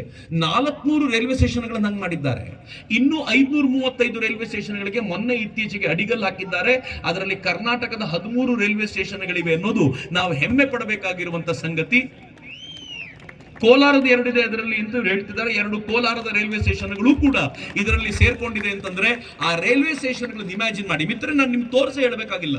ಮೊದಲೆಲ್ಲ ರೈಲ್ವೆ ಸ್ಟೇಷನ್ ಕ್ಲೀನ್ನೆಸ್ ಹೆಂಗಿರ್ತಿತ್ತು, ಎಲ್ಲಂದ್ರಲ್ಲಿ ಮುಗಿಯೋದು, ಗಬ್ಬು ವಾಸನೆ ಇರ್ತಿತ್ತು. ಈಗ ಹಂಗಿಲ್ಲ. ಈಗ ಎಷ್ಟು ನೀಟ್ ಆಗಿದೆ ಅಂತಂದ್ರೆ ಬಹಳ ಖುಷಿ ಪಡಬಹುದು. ಇತ್ತೀಚೆಗೆ ಯಾರೋ ಒಂದು ಫೋಟೋ ಹಾಕಿದ್ರು, ವಂದೇ ಭಾರತ್ ಎಕ್ಸ್ಪ್ರೆಸ್ ಅಲ್ಲಿ ಈ ಬೇಸಿನ್ ನಲ್ಲಿ ನೀರು ನಿಲ್ತಾ ಇದೆ, ಏನ್ ಮಾಡ್ತಿದ್ದೀರಾ ಮಿನಿಸ್ಟ್ರು ಅಂತ. ಮಿನಿಸ್ಟರ್ ತಕ್ಷಣ ಅದನ್ನ ಹಾಕಿ, ಈ ನೀರ್ ನಿಲ್ಲಿಕ್ಕೆ ಏನ್ ಕಾರಣ ಅಂತ ಹುಡುಕ್ಸಿದೀವಪ್ಪ, ನೀವು ತಿಂದಿರೋ ಗುಟ್ಕಾ ತಂದಲ್ಲಿ ಉಗಿತೀರಲ್ಲ, ಇದನ್ನ ನಾವೇನು ಮಾಡ್ಲಿಕ್ಕಾಗಲ್ಲ, ನೀವು ಅದನ್ನು ಕಂಟ್ರೋಲ್ ಮಾಡಿ, ನಾವು ಈ ಸಿಂಕ್ ಟ್ವೀಟ್ ಮಾಡಿದ್ದಾರೆ. ನಮ್ ಕಾಮನ್ ಮ್ಯಾನ್ ಕೇಳಿರುವಂತ ಪ್ರಶ್ನೆಗೆ ರೈಲ್ವೆ ಮಿನಿಸ್ಟರ್ ಟ್ವೀಟ್ ಮಾಡುವಂತ ವಾತಾವರಣ ಇದೆಯಲ್ಲ, ನರೇಂದ್ರ ಮೋದಿ ಅದನ್ನ ಮಾಡಿದ್ದಾರೆ. ಹಾಗಂತ ಇಷ್ಟೇ ಮಾಡ್ಲಿಲ್ಲ. ನಾನು ನೀವು ಓಡಾಡ್ತೀವಲ್ಲ ಟ್ರೈನು, ಗಂಟೆಗೆ ಎಷ್ಟು ಕಿಲೋಮೀಟರ್ ಗೊತ್ತಾ? 70ರಿಂದ 80 ಕಿಲೋಮೀಟರ್. ನರೇಂದ್ರ ಮೋದಿ ಬಂದ ತಕ್ಷಣ ಹೇಳಿದ್ರು, ಈ ಸ್ಪೀಡ್ ಸಾಕಾಗಲ್ಲ, ನಮ್ ಜನ ತುಂಬಾ ಮುಂದಕ್ಕೆ ಹೋಗ್ಬೇಕು ಅಂದ್ರೆ ಸ್ಪೀಡ್ ಜಾಸ್ತಿ ಬೇಕು ಅಂತ ಕೆನಡಾ, ಅಮೆರಿಕ, ಸ್ಪೇನ್ ಎಲ್ಲರೂ ಕೇಳಿದ್ರು. 120 ಕಿಲೋಮೀಟರ್ಗಿಂತ ಸ್ಪೀಡ್ ಯಾರಿಗೂ ಹೋಗ್ಲಿಕ್ಕೆ ಆಗ್ಲಿಲ್ಲ. ನರೇಂದ್ರ ಮೋದಿ ಆಗ ಭಾರತದ ಇಂಜಿನಿಯರ್ಗಳನ್ನು ಕೇಳಿದ್ರು, ನೀವೇ ಮಾಡ್ರಲ್ಲ. ಸುಧಾಂಶು ಮಣಿ ನೇತೃತ್ವದಲ್ಲಿ ಟ್ರೈನ್ 18 ಡಿಸೈನ್ ಮಾಡಿದ್ರು. ಆ ಟ್ರೈನ್ 18 160ರಿಂದ 180 ಕಿಲೋಮೀಟರ್ ಸ್ಪೀಡಿಗೆ ಹೋಗುವ ಸಾಮರ್ಥ್ಯವನ್ನು ಪಡ್ಕೊಂಡಿದೆ. 100% ಇಂಡಿಯನ್ ಟ್ರೈನ್. ನರೇಂದ್ರ ಮೋದಿ ಒಂದು ಸಣ್ಣ ಬದಲಾವಣೆ ಮಾಡಿದ್ರು. ಏನ್ ಗೊತ್ತಾ? ಟ್ರೈನ್ 18 ಹೆಸರು ಚೆನ್ನಾಗಿಲ್ಲ, ವಂದೇ ಭಾರತ್ ಅಂತ ಹೆಸರಿಡೋಣ ಅಂತ ವಂದೇ ಭಾರತ್ ಅಂತ ನಾಮಕರಣ ಮಾಡಿದ್ರು. ಪರಿಣಾಮ ಏನ್ ಗೊತ್ತಾ? ವಂದೇ ಮಾತರಂ ಹೇಳಲ್ಲ ಅಂತ ಯಾರ್ಯಾರು ಹೇಳ್ತಾರೋ ಅವರು ಸ್ಪೀಡಾಗಿ ಹೋಗ್ಬೇಕು ಅಂದ್ರೆ ವಂದೇ ಭಾರತ್ ಅನ್ಲೇಬೇಕಾಗಿರುವಂತ ವಾತಾವರಣ ನರೇಂದ್ರ ಮೋದಿ ತಂದಿಟ್ಟಿದ್ದಾರೆ. ಹಿಂಗಾಗಿ ಕೆಲವರು ಏನ್ ಮಾಡ್ತಾರೆ ಅಂದ್ರೆ ಇದನ್ನ ಹೇಳಕ್ಕಾಗಲ್ಲ ಅನ್ನೋ ಕೋಪಕ್ಕೆ ಎಲ್ಲೆಲ್ಲಿ ವಂದೇ ಭಾರತ್ ನೋಡ್ತಾರೋ ಕಲ್ಲಿಸಿದ್ದಾರೆ. ಆಯ್ತು, ಇನ್ನೊಂದು 2 ತಿಂಗಳು ಎಟ್ ಕಲ್ಲೆಸಿದ್ರೋ ಎಸಿರಿ, ಆಮೇಲೆ ಕಲ್ಲೆಸೆದವ್ರು ಬುಲ್ಡೋಸ್ ಆಗುತ್ತಲ್ಲ, ನೋಡ್ತಾ ಇರ್ಬೋದು ನೀವು ಅಂತ. ಹಿಂಗೆ ನರೇಂದ್ರ ಮೋದಿ ನಮ್ಮನ್ನು ಬದಲಾಯಿಸಿರುವಂತ ರೀತಿ. ಮಿತ್ರ, ಈ ಟ್ರೈನ್ ನ ವೈಶಿಷ್ಟ್ಯ ಏನ್ ಗೊತ್ತಾ? ಇದನ್ನು ಮೊದಲು ಡಿಸೈನ್ ಮಾಡ್ಲಿಕ್ಕೆ 98 ಕೋಟಿ ರೂಪಾಯಿ ಖರ್ಚಾಯ್ತು. ಒಂದೇ ವರ್ಷದಲ್ಲಿ 92 ಕೋಟಿ ರೂಪಾಯಿ ಆದಾಯ ಮಾಡಿ ಅದು ಆತ್ಮನಿರ್ಭರ ಆಯ್ತು. ಇವತ್ತು ಜಗತ್ತಿಗೆ ವಂದೇ ಭಾರತ್ ಟ್ರೈನ್ ಅನ್ನ ಎಕ್ಸ್ಪೋರ್ಟ್ ಮಾಡ್ತಿದ್ದೀವಿ. ಇದು ನರೇಂದ್ರ ಮೋದಿ ನಮ್ಗೆ ಕೊಟ್ಟಿರುವಂತ ಕೊಡುಗೆ ಅಂತ. ಆದ್ರೆ ನರೇಂದ್ರ ಮೋದಿ ಅವ್ರ ವಿಚಾರಕ್ಕೆ ಬಂದ್ರೆ, ನನ್ನ ಫೇವ್ರೆಟ್ ಪ್ರಾಜೆಕ್ಟ್ ಇದು ಬುಲೆಟ್ ಟ್ರೈನ್ ಪ್ರಾಜೆಕ್ಟ್ ಅಂತ ಕರೀತಾರೆ. ಕಾಂಗ್ರೆಸ್ಸಿಗರು ಆಡ್ಕೊಳ್ತಿದ್ರು ನನಗೆ, ಬುಲೆಟ್ ಟ್ರೈನ್ ಬಂತ ಅಂತ. ಮಿತ್ರರೇ, ಬುಲೆಟ್ ಟ್ರೈನ್ ಬರ್ತಿದೆ. ಅಹಮದಾಬಾದ್ನಿಂದ ಮುಂಬೈನವರೆಗೆ ಅತ್ಯಂತ ವೇಗವಾಗಿ ಕೆಲಸ ನಡೀತಿದೆ. ಅನೇಕ ಟನಲ್ಗಳನ್ನ ಮಾಡಿ ಆಯ್ತು, ಅಲ್ಲಿ ಬೇಕಾಗಿರುವ ಬ್ರಿಡ್ಜ್ಗಳನ್ನು ಹಾಕಿ ಆಯ್ತು. ಸ್ವತಃ ನರೇಂದ್ರ ಮೋದಿ ಜಪಾನಿಗೆ ಹೋಗಿದ್ದಾಗ 11,000 ಕೋಟಿ ರೂಪಾಯಿ ಒಪ್ಪಂದದಲ್ಲಿ 24 ಬುಲೆಟ್ ಟ್ರೈನ್ಗಳನ್ನು ತರಬೇಕು ಅಂತ ಪ್ಲಾನ್ ಮಾಡ್ಕೊಂಡಾಗಿದೆ, ಒಪ್ಪಂದ ಮಾಡ್ಕೊಂಡಾಗಿದೆ. 2026-27ಕ್ಕೆ ಸುಮಾರು 400 ಕಿಲೋಮೀಟರ್ ಪರ್ ಅವರ್ ಅಲ್ಲಿ ಹೋಗಬಹುದಾಗಿರುವಂತ ಮೊದಲ ಬುಲೆಟ್ ಟ್ರೈನ್ ಭಾರತದಲ್ಲಿ ಓಡಾಡುತ್ತೆ. ಮತ್ತು ಈ ಚಿತ್ರ ಏನಿದೆಯೋ, ನಾನು ಇಂಟರ್ನೆಟ್ ಇಂದ ಡೌನ್ಲೋಡ್ ಮಾಡಿರೋದಲ್ಲ, ಅದ್ ನಾನೇ ನಿಂತ್ಕೊಂಡು ನಾನೇ ಹೋಗಿ ಅದರ ಕಾಮಗಾರಿಯನ್ನು ನೋಡ್ಕೊಂಡು ಬಂದಿರುವಂತ ಹೆಮ್ಮೆ ನನಗಿದೆ. ಆ ಧೈರ್ಯದ ಮೇಲೆ ಹೇಳಬಲ್ಲೆ, ಇನ್ನು 1-1.5 ವರ್ಷದಲ್ಲಿ ಈ ದೇಶದಲ್ಲಿ ಮೊದಲ ಬುಲೆಟ್ ಟ್ರೈನ್ ತಿರುಗಾಡುತ್ತೆ. ಎರಡನೇ ಸಂಗತಿ ಏನು ಗೊತ್ತಾ?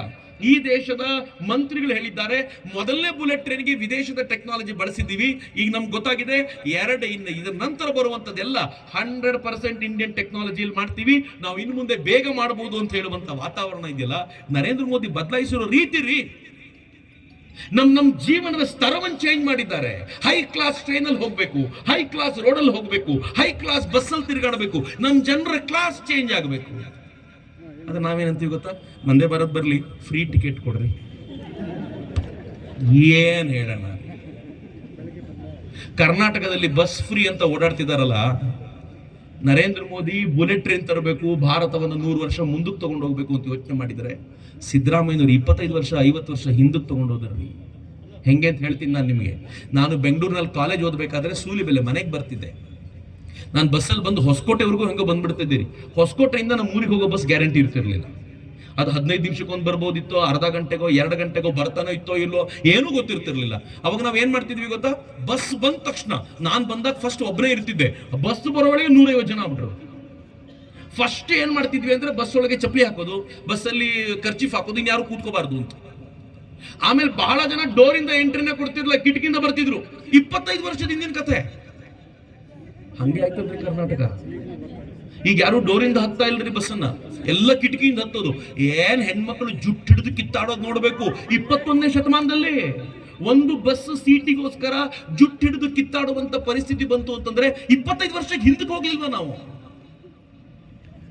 ಮಿತ್ರ, ಈ ಫ್ರೀ ಬೀಸಿಗೆ ಯಾವತ್ತು ನಾವು ಕೈ ಚಾಚ್ತೀವಲ್ಲ, ಅವತ್ತು ಡಿಮ್ಯಾಂಡ್ ಮಾಡುವ ತಾಕತ್ತನ್ನ ಕಳ್ಕೊಳ್ತೀವಿ.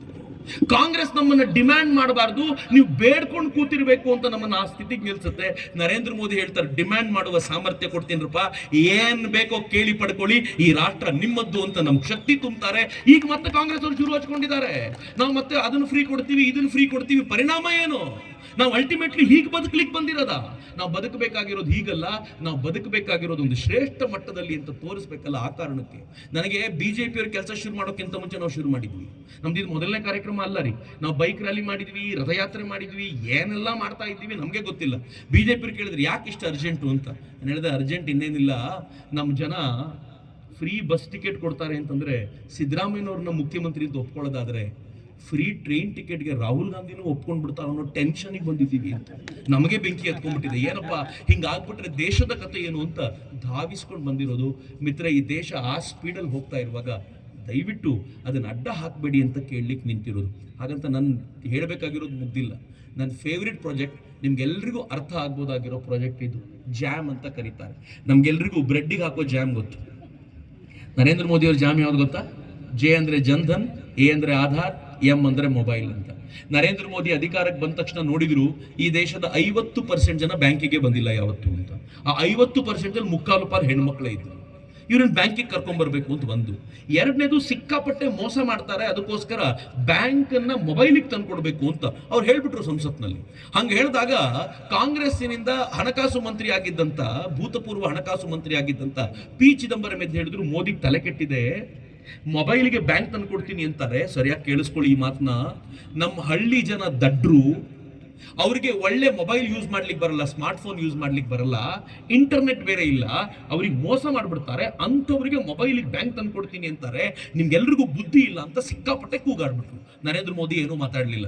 ಅವ್ರ ಮುಂದೆ ಇದ್ದ ಮೊದಲನೇ ಟಾರ್ಗೆಟ್ ಏನು ಅಂದ್ರೆ ನಮ್ಮ ಜನರನ್ನು ಬ್ಯಾಂಕಿಗೆ ಕರ್ಕೊಂಡ್ಬರ್ಬೇಕು. ಹೆಂಗ್ ಕರ್ಕೊಂಡ್ಬರ್ಬೇಕು? ಬ್ಯಾಂಕಿಗೆ ಬರ್ಲಿಕ್ಕೆ 2 ಪ್ರಾಬ್ಲಮ್ ಇದೆ. ಮೊದಲನೇದು ಬ್ಯಾಂಕಿಗೆ ಹೋಗ್ಲಿಕ್ಕೆ ಪ್ರಾಬ್ಲಮ್. ಕ್ಯಾಶಿಯರ್ ಮುಖ ಗುಮ್ ಅಂದ್ಕೊಂಡು ಕೂತಿರ್ತಾರೆ. ಆ ಕಡೆ ಬ್ಯಾಂಕ್ ಮ್ಯಾನೇಜರ್ ಯಾಕಾದ್ರೂ ಬಂದು ಅನ್ನೋ ತರ ಕೂತಿರ್ತಾರೆ. ಯಾಕಾದ್ರೂ ಹೋಗ್ಬೇಕಪ್ಪ ಅನ್ನೋ ಟೆನ್ಷನ್ಗೆ ಯಾರು ಹೋಗಲ್ಲ. ಎರಡನೇದೇನು ಗೊತ್ತಾ? ನಮ್ಮ ಹಳ್ಳಿ ಜನರಿಗೆ ಮಿನಿಮಮ್ ಬ್ಯಾಲೆನ್ಸ್ 100 ರೂಪಾಯಿ ಇಡಬೇಕಲ್ಲ, ಅದು ವೇಸ್ಟು ಅಂತ. ನರೇಂದ್ರ ಮೋದಿ ಬಾರಿ ಬುದ್ಧಿವಂತರು. ಏನ್ ಮಾಡಿದ್ರು ಗೊತ್ತಾ? ಜನ್ಧನ್ ಅಕೌಂಟ್ ತಂದ್ರು. ಇನ್ ಮುಂದೆ 0 ಬ್ಯಾಲೆನ್ಸ್. ನೀವು ಬ್ಯಾಲೆನ್ಸ್ ಇಡಬೇಕು ಅಂತಿಲ್ರಪ್ಪ, ನೀವು ಬ್ಯಾಂಕ್ ನೋಡ್ಬೇಕಷ್ಟೇ ಅಂತ. ಆದ್ರೆ ಆಗ್ಲೂ ಜನ ಬ್ಯಾಂಕಿಗೆ ಬರ್ಲಿಕ್ಕೆ ತಯಾರಾಗಲಿಲ್ಲ. ನರೇಂದ್ರ ಮೋದಿ ಬ್ಯಾಂಕ್ ಅವ್ರನ್ನ ಕರೆದು ಕೇಳಿದ್ರು, 50 ಕೋಟಿ ಜನರನ್ನು ಬ್ಯಾಂಕಿಗೆ ಕರ್ಕೊಂಡ್ ಬರ್ಬೇಕು, ಎಷ್ಟು ವರ್ಷ ಬೇಕು ನಿಮ್ಗೆ ಅಂತ. ಬ್ಯಾಂಕ್ ಅವ್ರು ಹೇಳಿದ್ರು 50 ವರ್ಷ, ವರ್ಷಕ್ಕೆ 1 ಕೋಟಿ ಜನ. ನರೇಂದ್ರ ಮೋದಿ ಹೇಳಿದ್ರು, ನನಗೆ ಜನ ಕೊಟ್ಟಿರೋದು 5 ವರ್ಷ, 5 ವರ್ಷ ಟೈಮ್. ಏನು ಮಾಡ್ತಿರೋ ಮಾಡಿ, ನೀವು ಬ್ಯಾಂಕ್ ಅನ್ನು ಬಿಟ್ಟು ಬೀದಿಗಾದ್ರೂ ಹೋಗಿ ಕರ್ಕೊಂಡ್ ಬನ್ನಿ ಬ್ಯಾಂಕಿಗೆ ಅಂತ. ಏನು ಮನೆ ಮನೆಗೂ ಜನ ಬ್ಯಾಂಕ್ನವ್ರು ಹೋಗೋದು, ಅಕೌಂಟ್ ಆಗಿಲ್ವಾ ನಾನು ಮಾಡ್ತೀನಿ ಅಂತ ಅವರೇ ಫಿಲಪ್ ಮಾಡೋದು, ಅವರೇ ಥಂಬ್ ಇಂಪ್ರೆಷನ್ ಅಲ್ಲೇ ತಗೊಳ್ಳೋದು, ಅಲ್ಲೇ ಅಕೌಂಟ್. ಆಧಾರ್ ಕಾರ್ಡ್ ತೋರಿಸಿದ್ರೆ ನಮ್ಮ ಜನ ಹೇಳ್ತಿದ್ರು ಅಕೌಂಟ್ ಆಗ್ತಾನೆ ಹೋಗಿ, ಆಧಾರು ಇಲ್ಲ ಗಿದಾರು ಇಲ್ಲ ಅಂತ. ಆಧಾರ್ ಕೊಟ್ರೆ ಎಲ್ಲ ಕೊಟ್ಬಿಡ್ತೀವಿ ಅನ್ನೋ ಭಾವನೆ ನಮ್ಮ ಜನರಿಗೆ. ಕಂಪ್ಲೇಂಟ್ ನರೇಂದ್ರ ಮೋದಿಗೆ ಹೋಯ್ತು, ಆಧಾರ್ ಕೊಡ್ತಿಲ್ಲ. ನರೇಂದ್ರ ಮೋದಿ ಹೇಳಿದ್ರು ಮೊದಲು ಅಕೌಂಟ್ ಮಾಡಿ, ಆಧಾರ್ ಹೆಂಗ್ ತರಿಸ್ಬೇಕು ನಮ್ಗೆ ಗೊತ್ತಿದೆ. ಭಾರಿ ಬುದ್ಧಿವಂತ ಮನುಷ್ಯ. ನೆಕ್ಸ್ಟ್ ಏನು ಮಾಡಿದ್ರು ಗೊತ್ತಾ ಅವರು? ಎರಡನೇದು ಆಧಾರ್ ಕಾರ್ಡನ್ನು ಕನೆಕ್ಟ್ ಮಾಡಬೇಕು ಅಂತ ನಮ್ಮ ಜನರಿಗೆ ಹೇಳಿದ್ರು. ಇನ್ನು ಮುಂದೆ ನಿಮ್ಗೆ ಬರಬೇಕಾಗಿರೋ ವಿಧವಾ ವೇತನ ಯಾರೋ ಮಧ್ಯವರ್ತಿ ತಂದು ಕೊಡಲ್ಲ, ಡೈರೆಕ್ಟ್ ಅಕೌಂಟಿಗೆ ಬರುತ್ತೆ. ನಿಮ್ಮ ನರೇಗಾ ಅಕೌಂಟ್ ದುಡ್ಡು PDO ಕೊಟ್ಟು ಅವನು ಅದರಲ್ಲಿ ಕಮಿಷನ್ ತಗೊಳ್ಳೋದಿಲ್ಲ, ಡೈರೆಕ್ಟ್ ಅಕೌಂಟಿಗೆ ಬರುತ್ತೆ. ಸರ್ಕಾರದ ಯೋಜನೆಯ ಎಲ್ಲ ದುಡ್ಡು ಡೈರೆಕ್ಟ್ ಅಕೌಂಟಿಗೆ ಬರುತ್ತೆ. ಒಂದೇ ಪ್ರಾಬ್ಲಮ್ ಇದರಲ್ಲಿ, ಅಕೌಂಟ್ ನಿಮ್ದೇನು ಗೊತ್ತಾಗಬೇಕು ಅಂದ್ರೆ ಆಧಾರ್ ಕನೆಕ್ಟ್ ಮಾಡಬೇಕು. ಏನ್ ಮಾಡ್ತಿರೋ ಮಾಡಿ ಅಂತ. ತಗೊಳ್ಳಿ ನಮ್ಮ ಜನ ನಿಂತ್ರಲ್ಲ ಲೈನು, ನಂದು ಕನೆಕ್ಟ್ ಮಾಡಿ, ನಂದು ಕನೆಕ್ಟ್ ಮಾಡಿ, ನಂದು ಕನೆಕ್ಟ್ ಮಾಡಿ. ಮಿತ್ರೆ, ಜನ್ಧನ್ 0 ಅಕೌಂಟ್ ಅಂತ ಶುರುವಾಯ್ತಲ್ಲ, ನನ್ನ ಲೆಕ್ಕಾಚಾರದಲ್ಲಿ ಅಟ್ಲೀಸ್ಟ್ ಅದರಲ್ಲಿ 80% ಅಕೌಂಟ್ ಜನ್ಧನ್ ಇಲ್ಲ ಈಗ. ಅವೆಲ್ಲದರಲ್ಲೂ ದುಡ್ಡಿದೆ, ಅವೆಲ್ಲವೂ ಕೂಡ ಅಕೌಂಟ್ ಹ್ಯಾಂಡಲ್ ಮಾಡೋ ಮಟ್ಟಿಗೆ ತಂದಿದ್ದಾರೆ. ಆದ್ರೆ ಇಲ್ಲಿಗೆ ನಿಲ್ಲಿಲ್ಲ ಮನುಷ್ಯ.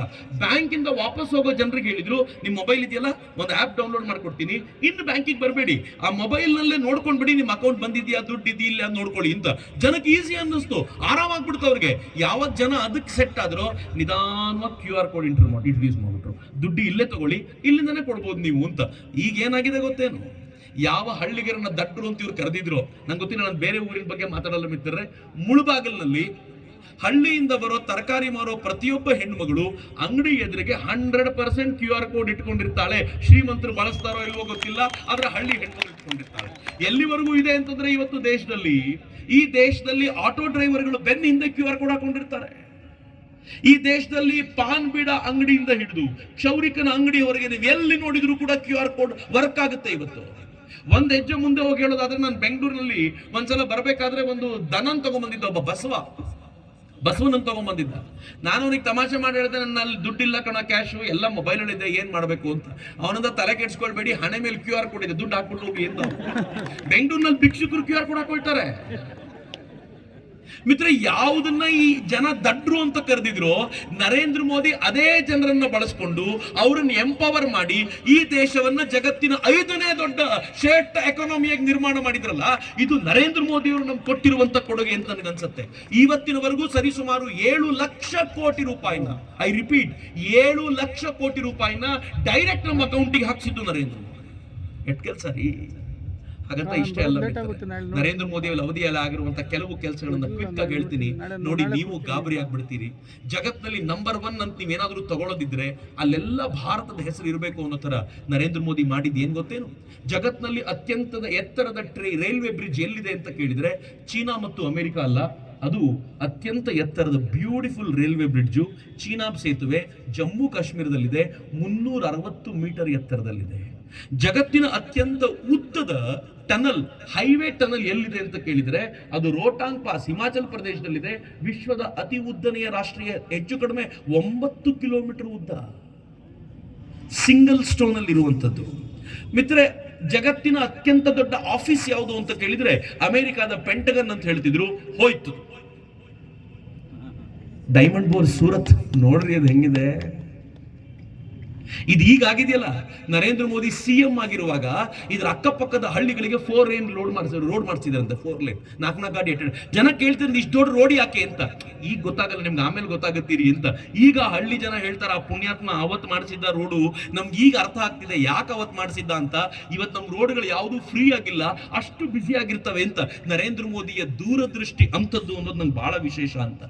G20 ನಡೆಯುವಾಗ ನಮ್ಮ ಹತ್ರ ಒಂದು ಒಳ್ಳೆಯ ಸಭಾ ಮಂಟಪ ಇರಲಿಲ್ಲ, ಆಡಿಟೋರಿಯಂ ಇರಲಿಲ್ಲ. ನರೇಂದ್ರ ಮೋದಿ ಕಟ್ಟಿಸಿದ ಆಡಿಟೋರಿಯಂ ನೋಡ್ರಿ, ಭಾರತ ಮಂಟಪ ಅಂತ ಕರೀತಾರೆ. ಏನು ಅದ್ಭುತವಾಗಿ G20 ನಡೀತು. ಜಗತ್ತಿನ ಶ್ರೀಮಂತ ರಾಷ್ಟ್ರಗಳೆಲ್ಲ ಬಂದು ಕೂತ್ಕೊಂಡು ಭಾರತವನ್ನ ಹೊಗಳಿ ಹೋದವು. ಆದರೆ ಕಾಂಗ್ರೆಸ್ ಇದ್ದಾಗ ಏನಾಗಿತ್ತು ಗೊತ್ತಾ, ಒಂದು ಕಾಮನ್ವೆಲ್ತ್ ಗೇಮ್ಸ್ ನಡೆದಿತ್ತು, ಕೆಲವು ರಾಷ್ಟ್ರಗಳ ಅಥ್ಲೀಟ್ಗಳು ಬಂದು ಆಟ ಆಡಿ ಹೋಗುವಂತ ಒಂದು ಗೇಮ್ ನಡೆದಿತ್ತು. ಅದು ಹೆಂಗಾಗಿತ್ತು ಅಂತಂದ್ರೆ, ಆ ಗೇಮಿನ ಉದ್ಘಾಟನೆಯ ದಿನ ಉದ್ಘಾಟನೆಯ ಎದುರಿಗಿರುವಂತ ಬ್ರಿಡ್ಜ್ ಕುಸಿದೋಗಿತ್ತು. ಇದು ಕಾಂಗ್ರೆಸ್ನ ಕ್ವಾಲಿಟಿ. CWG ಸ್ಕ್ಯಾಮ್ ಅಂತಂದ್ರೆ ಇದೇ ಸ್ಕ್ಯಾಮ್ ಅವರು. ನರೇಂದ್ರ ಮೋದಿ ಅವರು ಜಗತ್ತಿನ ಅತ್ಯಂತ ವಿಶಾಲವಾಗಿರುವಂತ ದೊಡ್ಡದಾಗಿರುವಂತ ಸ್ಟೇಡಿಯಂ ನಿರ್ಮಾಣ ಮಾಡ್ತಿದ್ರು ಗುಜರಾತ್ನಲ್ಲಿ. ಅದಕ್ಕೆ ನರೇಂದ್ರ ಮೋದಿ ಸ್ಟೇಡಿಯಂ ಅನ್ನೋ ಹೆಸರಿದೆ. 1,32,000 ಜನ ಎಟ್ ಎ ಟೈಮ್ ಕೂತ್ಕೊಂಡು ನೋಡಬಹುದಾಗಿರುವಂತ ಜಗತ್ತಿನ ದೊಡ್ಡ ಕ್ರಿಕೆಟ್ ಸ್ಟೇಡಿಯಂ ಎಲ್ಲಿದೆ ಅಂದ್ರೆ ಇಂಗ್ಲೆಂಡ್ ನಲ್ಲಿಲ್ಲ, ಅದು ಭಾರತದಲ್ಲಿದೆ ಅಂತ ಹೇಳ್ಬೋದು. ಆದ್ರೆ ಕಾಂಗ್ರೆಸ್ಸಿಗೆ ಅವ್ರಿಗೆ ಕೋಪ ಏನ್ ಗೊತ್ತಾ, ನರೇಂದ್ರ ಮೋದಿ ಹೆಸರಿಟ್ಬಿಟ್ರಲ್ಲ ಇದಕ್ಕೆ.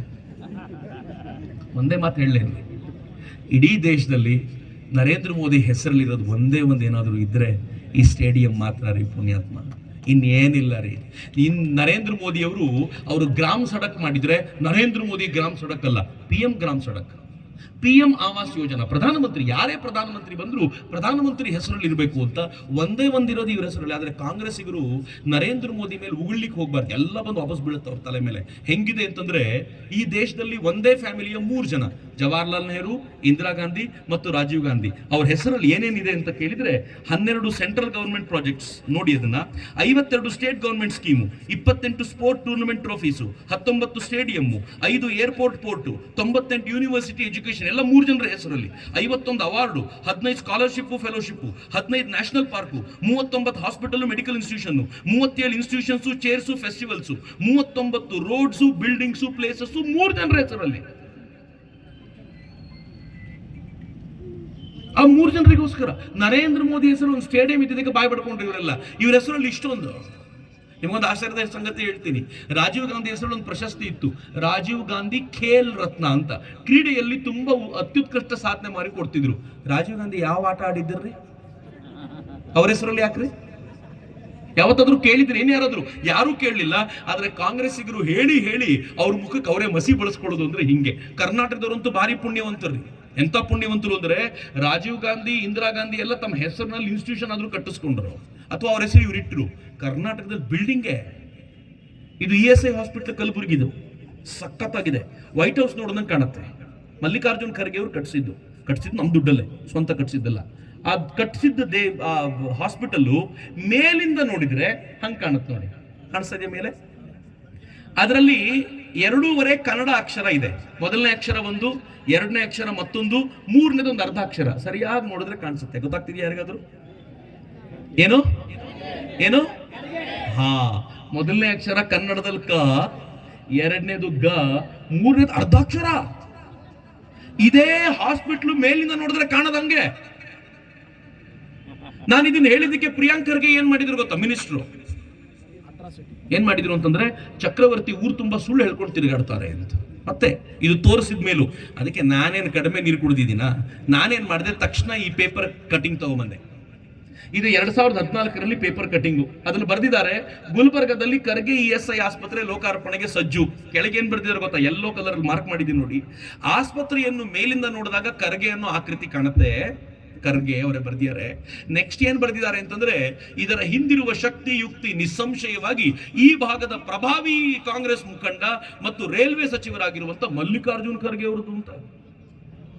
2014ರಲ್ಲಿ ಈ ಪತ್ರಿಕೆ ಬಂದಾಗ ಸುಳ್ಳಾಗಿರ್ಲಿಲ್ಲ, ಈಗ ಅದು ಸುಳ್ಳು ಅನಿಸ್ತಿದೆ. ಯಾಕೆಂದ್ರೆ ಜನ ಮೋದಿ ಜೊತೆಗೆ ಲೀಡರ್ಗಳನ್ನು ಕಂಪೇರ್ ಮಾಡಿ ಹೇಳ್ತಾರೆ, ಆ ಮನುಷ್ಯ ದೇವರಂತ ಅನ್ಕೊಂಡ್ರು, ಇವ್ರು ಹೆಂಗ್ ಮಾಡಿದಾರೆ ನೋಡಿ ಅಂತ. ಮಿತ್ರ, ನಮ್ ದುಡ್ಡಲ್ಲಿ ಕಟ್ಟಡದ ಹೆಸರು ಹಂಗ್ ಬರುವಂತೆ ಕಟ್ಕೊಂಡ್ರು. ನಮ್ ದುಡ್ಡ್ರಿ. ಇನ್ಫೋಸಿಸ್ ನ ನಾರಾಯಣ ಮೂರ್ತಿ ಅವರು ಇನ್ಫೋಸಿಸ್ ಕಟ್ಟಡವನ್ನ ನಾರಾಯಣ ಮೂರ್ತಿ ಅಂತ ಕಟ್ಟಿದ್ರೆ ನಾನು ಕೇಳೋಂಗಿಲ್ಲ, ನೀವು ಕೇಳೋಂಗಿಲ್ಲ. ಅವ್ರ ಸ್ವಂತ ದುಡ್ಡು. ಆದ್ರೆ ಸಮಾಜದ ದುಡ್ಡಿನಲ್ಲಿ ತಮ್ಮ ಹೆಸರನ್ನು ಉಳಿಸುವಂತ ಪರಿ ಇದೆಯಲ್ಲ, ಎಂಥ ದುರದೃಷ್ಟ ಗೊತ್ತೇನು. ಇದರ ಪರಿಣಾಮ ಏನಾಯ್ತು ಗೊತ್ತಾ? ನಾನು ಇದನ್ನ ಹೇಳಿದ್ದಕ್ಕೆ ನೀವು ನಂಬಲ್ಲ. ಹೇಳಿದ್ರೆ ಅಟ್ರಾಸಿಟಿ ಕೇಸ್ ಹಾಕಿದ್ರು ನನ್ನ ಮೇಲೆ. ಚಕ್ರವರ್ತಿ ಜಾತಿ ನಿಂದನೆ ಮಾಡ್ತಿದ್ದಾರೆ ಅಂತ. ನಾನು ಕೋರ್ಟಿಗೆ ಹೋಗಿ ಕೋರ್ಟ್ನಲ್ಲಿ ಎಲ್ಲವನ್ನು ಮುಂದಿಟ್ಕೊಂಡು ಸರ್ ಇದ್ರಲ್ಲಿ ಜಾತಿ ನಿಂದನೆ ಏನಿದೆ ಅಂತ ಕೇಳಿದ್ದಕ್ಕೆ ಕೋರ್ಟ್ ಛೀಮಾರಿ ಹಾಕ್ತವ್ರಿಗೆ ಯಾವ ಜಾತಿಯ ನಿಂದನೆ ಆಗಿದ್ದೀರಿ ಇದ್ರಿ ಅಂತ ಕೇಳಬೇಕಾದಂತ ಸ್ಥಿತಿ ಬಂತಲ್ಲ, ಇದು ಅವ್ರ ದುರದೃಷ್ಟ. ಮಿತ್ರ, ಇನ್ನೂ ಆಶ್ಚರ್ಯದ ಸಂಗತಿ ಹೇಳ್ತೀನಿ, ನೀವು ಕೇಳಿದ್ರೆ ನಗ್ತೀರಾ. ಆ ಖರ್ಗೆ ಅಂತಿತ್ತಲ್ಲ, ಅದನ್ನ ನಾನು ಹೇಳಿದ್ದಕ್ಕೆ ಒಬ್ಬ ಕಾಂಗ್ರೆಸ್ ಮುಖಂಡ ಒಂದು ಪ್ರೆಸ್ ಮೀಟ್ ಮಾಡಿದ ಕಲಬುರ್ಗಿ. ಪ್ರೆಸ್ ಮೀಟ್ ಮಾಡಿ ಏನ್ ಹೇಳ್ದ ಅಂದ್ರೆ, ಪ್ರೆಸ್ಸಿನ ಮುಂದೆ ಚಕ್ರವರ್ತಿ ಅವರಿಗೆ ಕನ್ನಡ ಬರಲ್ಲ, ವರ್ಣಮಾಲೆ ಬರಲ್ಲ, ಮೊದಲನೇದು ಕ ಅಂತಾರೆ, ಕ ಅಲ್ಲ, ಎರಡನೇದಂತೂ ಗ ಅಲ್ವೇ ಅಲ್ಲ, ಅದನ್ನು ಉಲ್ಟಾ ಮಾಡಿ ನೋಡಿದ್ರೆ ತಿರುಪತಿ ನಾಮ ಅದು ಅಂತ. ಬಾ ಬಾ ಬಾ ಬಾ ಬಾ. ನಾನಂದೆ ಅವರಿಗೆ, ಅಪ್ಪ ತಂದೆ, ಇದು ನೀವು ತಿರುಪತಿ ನಾಮ ಅದಲ್ಲ, ಸಮಾಜದ ದುಡ್ಡಲ್ಲಿ ಸಮಾಜದವರಿಗೆ ನೀವು ಹಾಕಿರೋ ಪಂಗನಾಮ ಇದು ಅಂತ ಅವ್ರಿಗೆ ಹೇಳಬೇಕಾದಂತ ಸ್ಥಿತಿ ಬಂತಲ್ಲ, ಇದು ಇವತ್ತಿನ ಪರಿಸ್ಥಿತಿ ಅಂತ. ಇವ್ರ ಬಗ್ಗೆ ಮಾತಾಡ್ಲಿಕ್ಕೆ ಸುಮ್ಮನೆ ಟೈಮ್ ಕೊಟ್ಟರೆ ವ್ಯರ್ಥ ಆಗುತ್ತೆ ಅಂತ ನಾನು ಮುಂದಕ್ಕೆ ಹೋಗ್ತೀನಿ. ನರೇಂದ್ರ ಮೋದಿಯ ಈ ಇತಿಹಾಸ ಕಂಟಿನ್ಯೂ ಮಾಡೋಣ. ಇವತ್ತು ಜಗತ್ತಿನ ಅತ್ಯಂತ ಎತ್ತರದ ಪ್ರತಿಮೆ ಸರ್ದಾರ್ ಪಟೇಲ್ರದ್ದು. ಈ ತುದಿಯಲ್ಲಿರೋದು ಬ್ರೆಜಿಲ್ದು, ಆನಂತರ ಇರೋದು ರಷ್ಯಾದು, ಆನಂತರ ಇರೋದು ಅಮೆರಿಕಾದ ಸ್ಟ್ಯಾಚ್ಯೂ ಆಫ್ ಲಿಬರ್ಟಿ 93 ಮೀಟರ್, ಆನಂತರ 2 ಬುದ್ಧನ ಸ್ಟ್ಯಾಚ್ಯೂ ಚೀನಾದ್ದು. ಇವೆಲ್ಲವನ್ನು ಮೀರಿದ ಅತ್ಯಂತ ಎತ್ತರದ 182 ಮೀಟರ್ನ ಸ್ಟ್ಯಾಚ್ಯೂ ಇದ್ರೆ ಅದು ಭಾರತದಲ್ಲಿದೆ.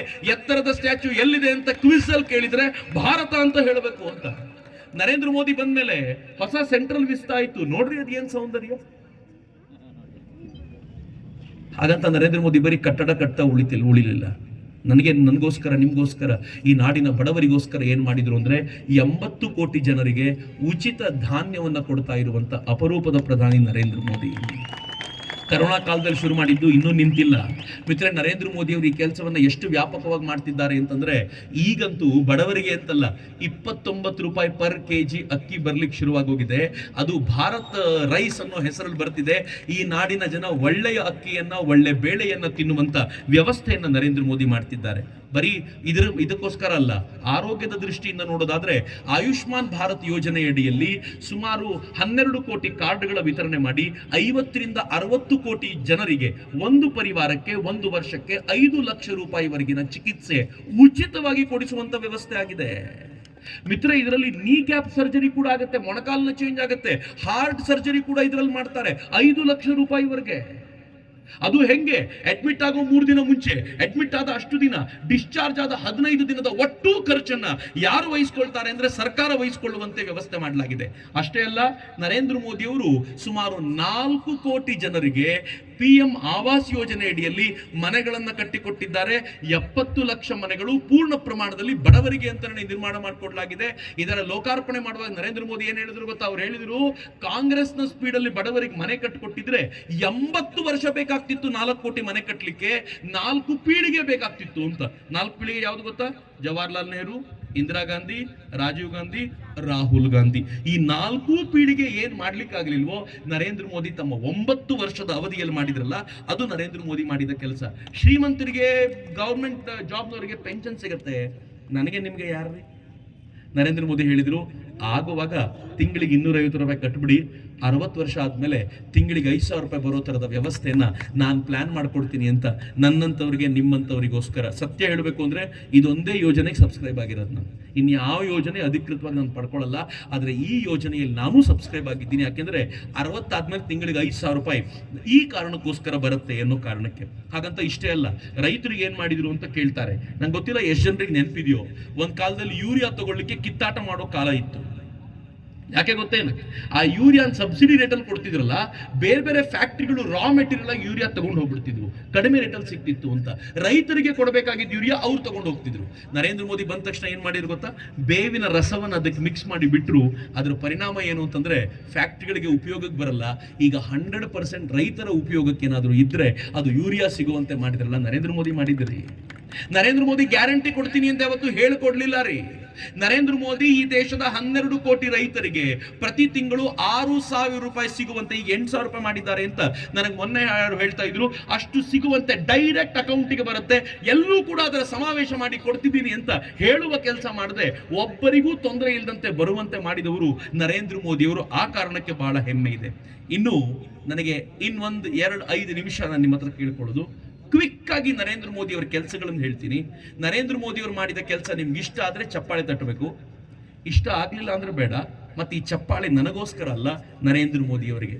ನರೇಂದ್ರ ಮೋದಿ ಅವರಿಗಿಂತ ಮುಂಚಿನ ಎಲ್ಲ ಪ್ರಧಾನಿಗಳು ಮೆಟ್ರೋ ಟ್ರೈನ್ ಹಾಕಿದ್ರಲ್ಲ, 248 ಕಿಲೋಮೀಟರ್ ಹಾಕಿದ್ರೆ ಮೋದಿ ಒಬ್ಬರೇ 612 ಕಿಲೋಮೀಟರ್ ಮೆಟ್ರೋ ಟ್ರೈನ್ ಹಾಕಿದ್ರು, ಒಬ್ಬರೇ ಮೋದಿ. ಉಳಿದೆಲ್ಲ ಪ್ರಧಾನಮಂತ್ರಿಗಳಿಗೆ ಕಂಪೇರ್ ಮಾಡಿದ್ರೆ, ಉಳಿದೆಲ್ಲ ಪ್ರಧಾನಮಂತ್ರಿಗಳು 74 ಏರ್ಪೋರ್ಟ್ ಮಾಡಿದ್ರು, ಉಳಿದೆಲ್ಲ ಪ್ರಧಾನಮಂತ್ರಿಗಳು. ಮೋದಿ ಒಬ್ಬರೇ 78 ಏರ್ಪೋರ್ಟ್ಗಳನ್ನ ಮಾಡಿದ್ರು. ಉಳಿದೆಲ್ಲ ಪ್ರಧಾನಮಂತ್ರಿಗಳು 40% ಹಳ್ಳಿಗಳಿಗೆ ಕರೆಂಟ್ ಕೊಟ್ರೆ, ಮೋದಿ ಒಬ್ಬರೇ 55% ಹಳ್ಳಿಗಳಿಗೆ ಕರೆಂಟು, ಉಳಿದವರಿಗೆ ಸೋಲಾರ್ ಲ್ಯಾಂಪ್ ಅನ್ನು ಕೊಟ್ಟು 100% ಹಳ್ಳಿಗಳಿಗೆ ಈ ನಾಡಿನಲ್ಲಿ ಕರೆಂಟ್ ಇರುವಂತೆ ಮಾಡಿದ್ರು. ಉಳಿದೆಲ್ಲ ಪ್ರಧಾನಮಂತ್ರಿಗಳು 15 ಕೋಟಿ ಜನರಿಗೆ ಗ್ಯಾಸ್ ಸಿಲಿಂಡರ್ ಕೊಟ್ಟರೆ, ಮೋದಿ ಒಬ್ಬರೇ 17 ಕೋಟಿ ಜನರಿಗೆ ಗ್ಯಾಸ್ ಸಿಲಿಂಡರ್ ಕೊಟ್ಟರು. ಅದರಲ್ಲಿ 10 ಕೋಟಿ ಜನರಿಗೆ ಉಜ್ವಲ ಯೋಜನೆಯಲ್ಲಿ ಗ್ಯಾಸ್ ಸಿಲಿಂಡರ್ ಕೊಟ್ಟರು. ಈ ಯೋಜನೆ ಬಹಳ ವಿಶಿಷ್ಟವಾಗಿರುವಂತದ್ದು. ಒಂದು ತಿಂಗಳಿಗೆ 1194 ರೂಪಾಯಿ ಆಗಬಲ್ಲಂತ ಔಷಧಿ ಜನೌಷಧಿ ಅಂಗಡಿಯಲ್ಲಿ 72 ರೂಪಾಯಿಗೆ ಸಿಗುವಂತೆ ಮಾಡಿದ್ರೆ ನರೇಂದ್ರ ಮೋದಿ. ಮಿತ್ರ, ಈ ಯೋಜನೆ ನರೇಂದ್ರ ಮೋದಿ ಅವರದಲ್ಲ. ಈ ಯೋಜನೆ ಮನಮೋಹನ್ ಸಿಂಗರ ಕಾಲದ್ದು. ಆದ್ರೆ ಮನಮೋಹನ್ ಸಿಂಗರ ಕಾಲದಲ್ಲಿ ಎಷ್ಟಿತ್ತು ಗೊತ್ತಾ ಜನೌಷಧಿ ಅಂಗಡಿ? 80 ಇತ್ತು.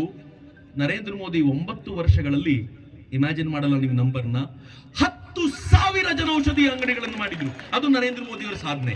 ಇಂಟರ್ನೆಟ್ ವಿಚಾರಕ್ಕೆ ಬರೋದಾದ್ರೆ, ಉಳಿದೆಲ್ಲ ಪ್ರಧಾನಮಂತ್ರಿಗಳು 25 ಕೋಟಿ ಜನರಿಗೆ ಇಂಟರ್ನೆಟ್ ಕೊಟ್ಟರೆ, ಮೋದಿ ಒಬ್ಬರೇ 60 ಕೋಟಿ ಜನರಿಗೆ ಇಂಟರ್ನೆಟ್ ಕೊಟ್ಟರು. ಡಾಟಾ ರೇಟ್ ನೆನಪಿರಬೇಕು. ನಾನ್ ಡಾಟಾ ಯೂಸ್ ಮಾಡುವಾಗ ಮೊದಲನೇ ಮೊಬೈಲಿಗೆ 1 ತಿಂಗಳಿಗೆ 1 GB 300 ರೂಪಾಯಿ ಇತ್ತು, 1 ತಿಂಗಳಿಗೆ.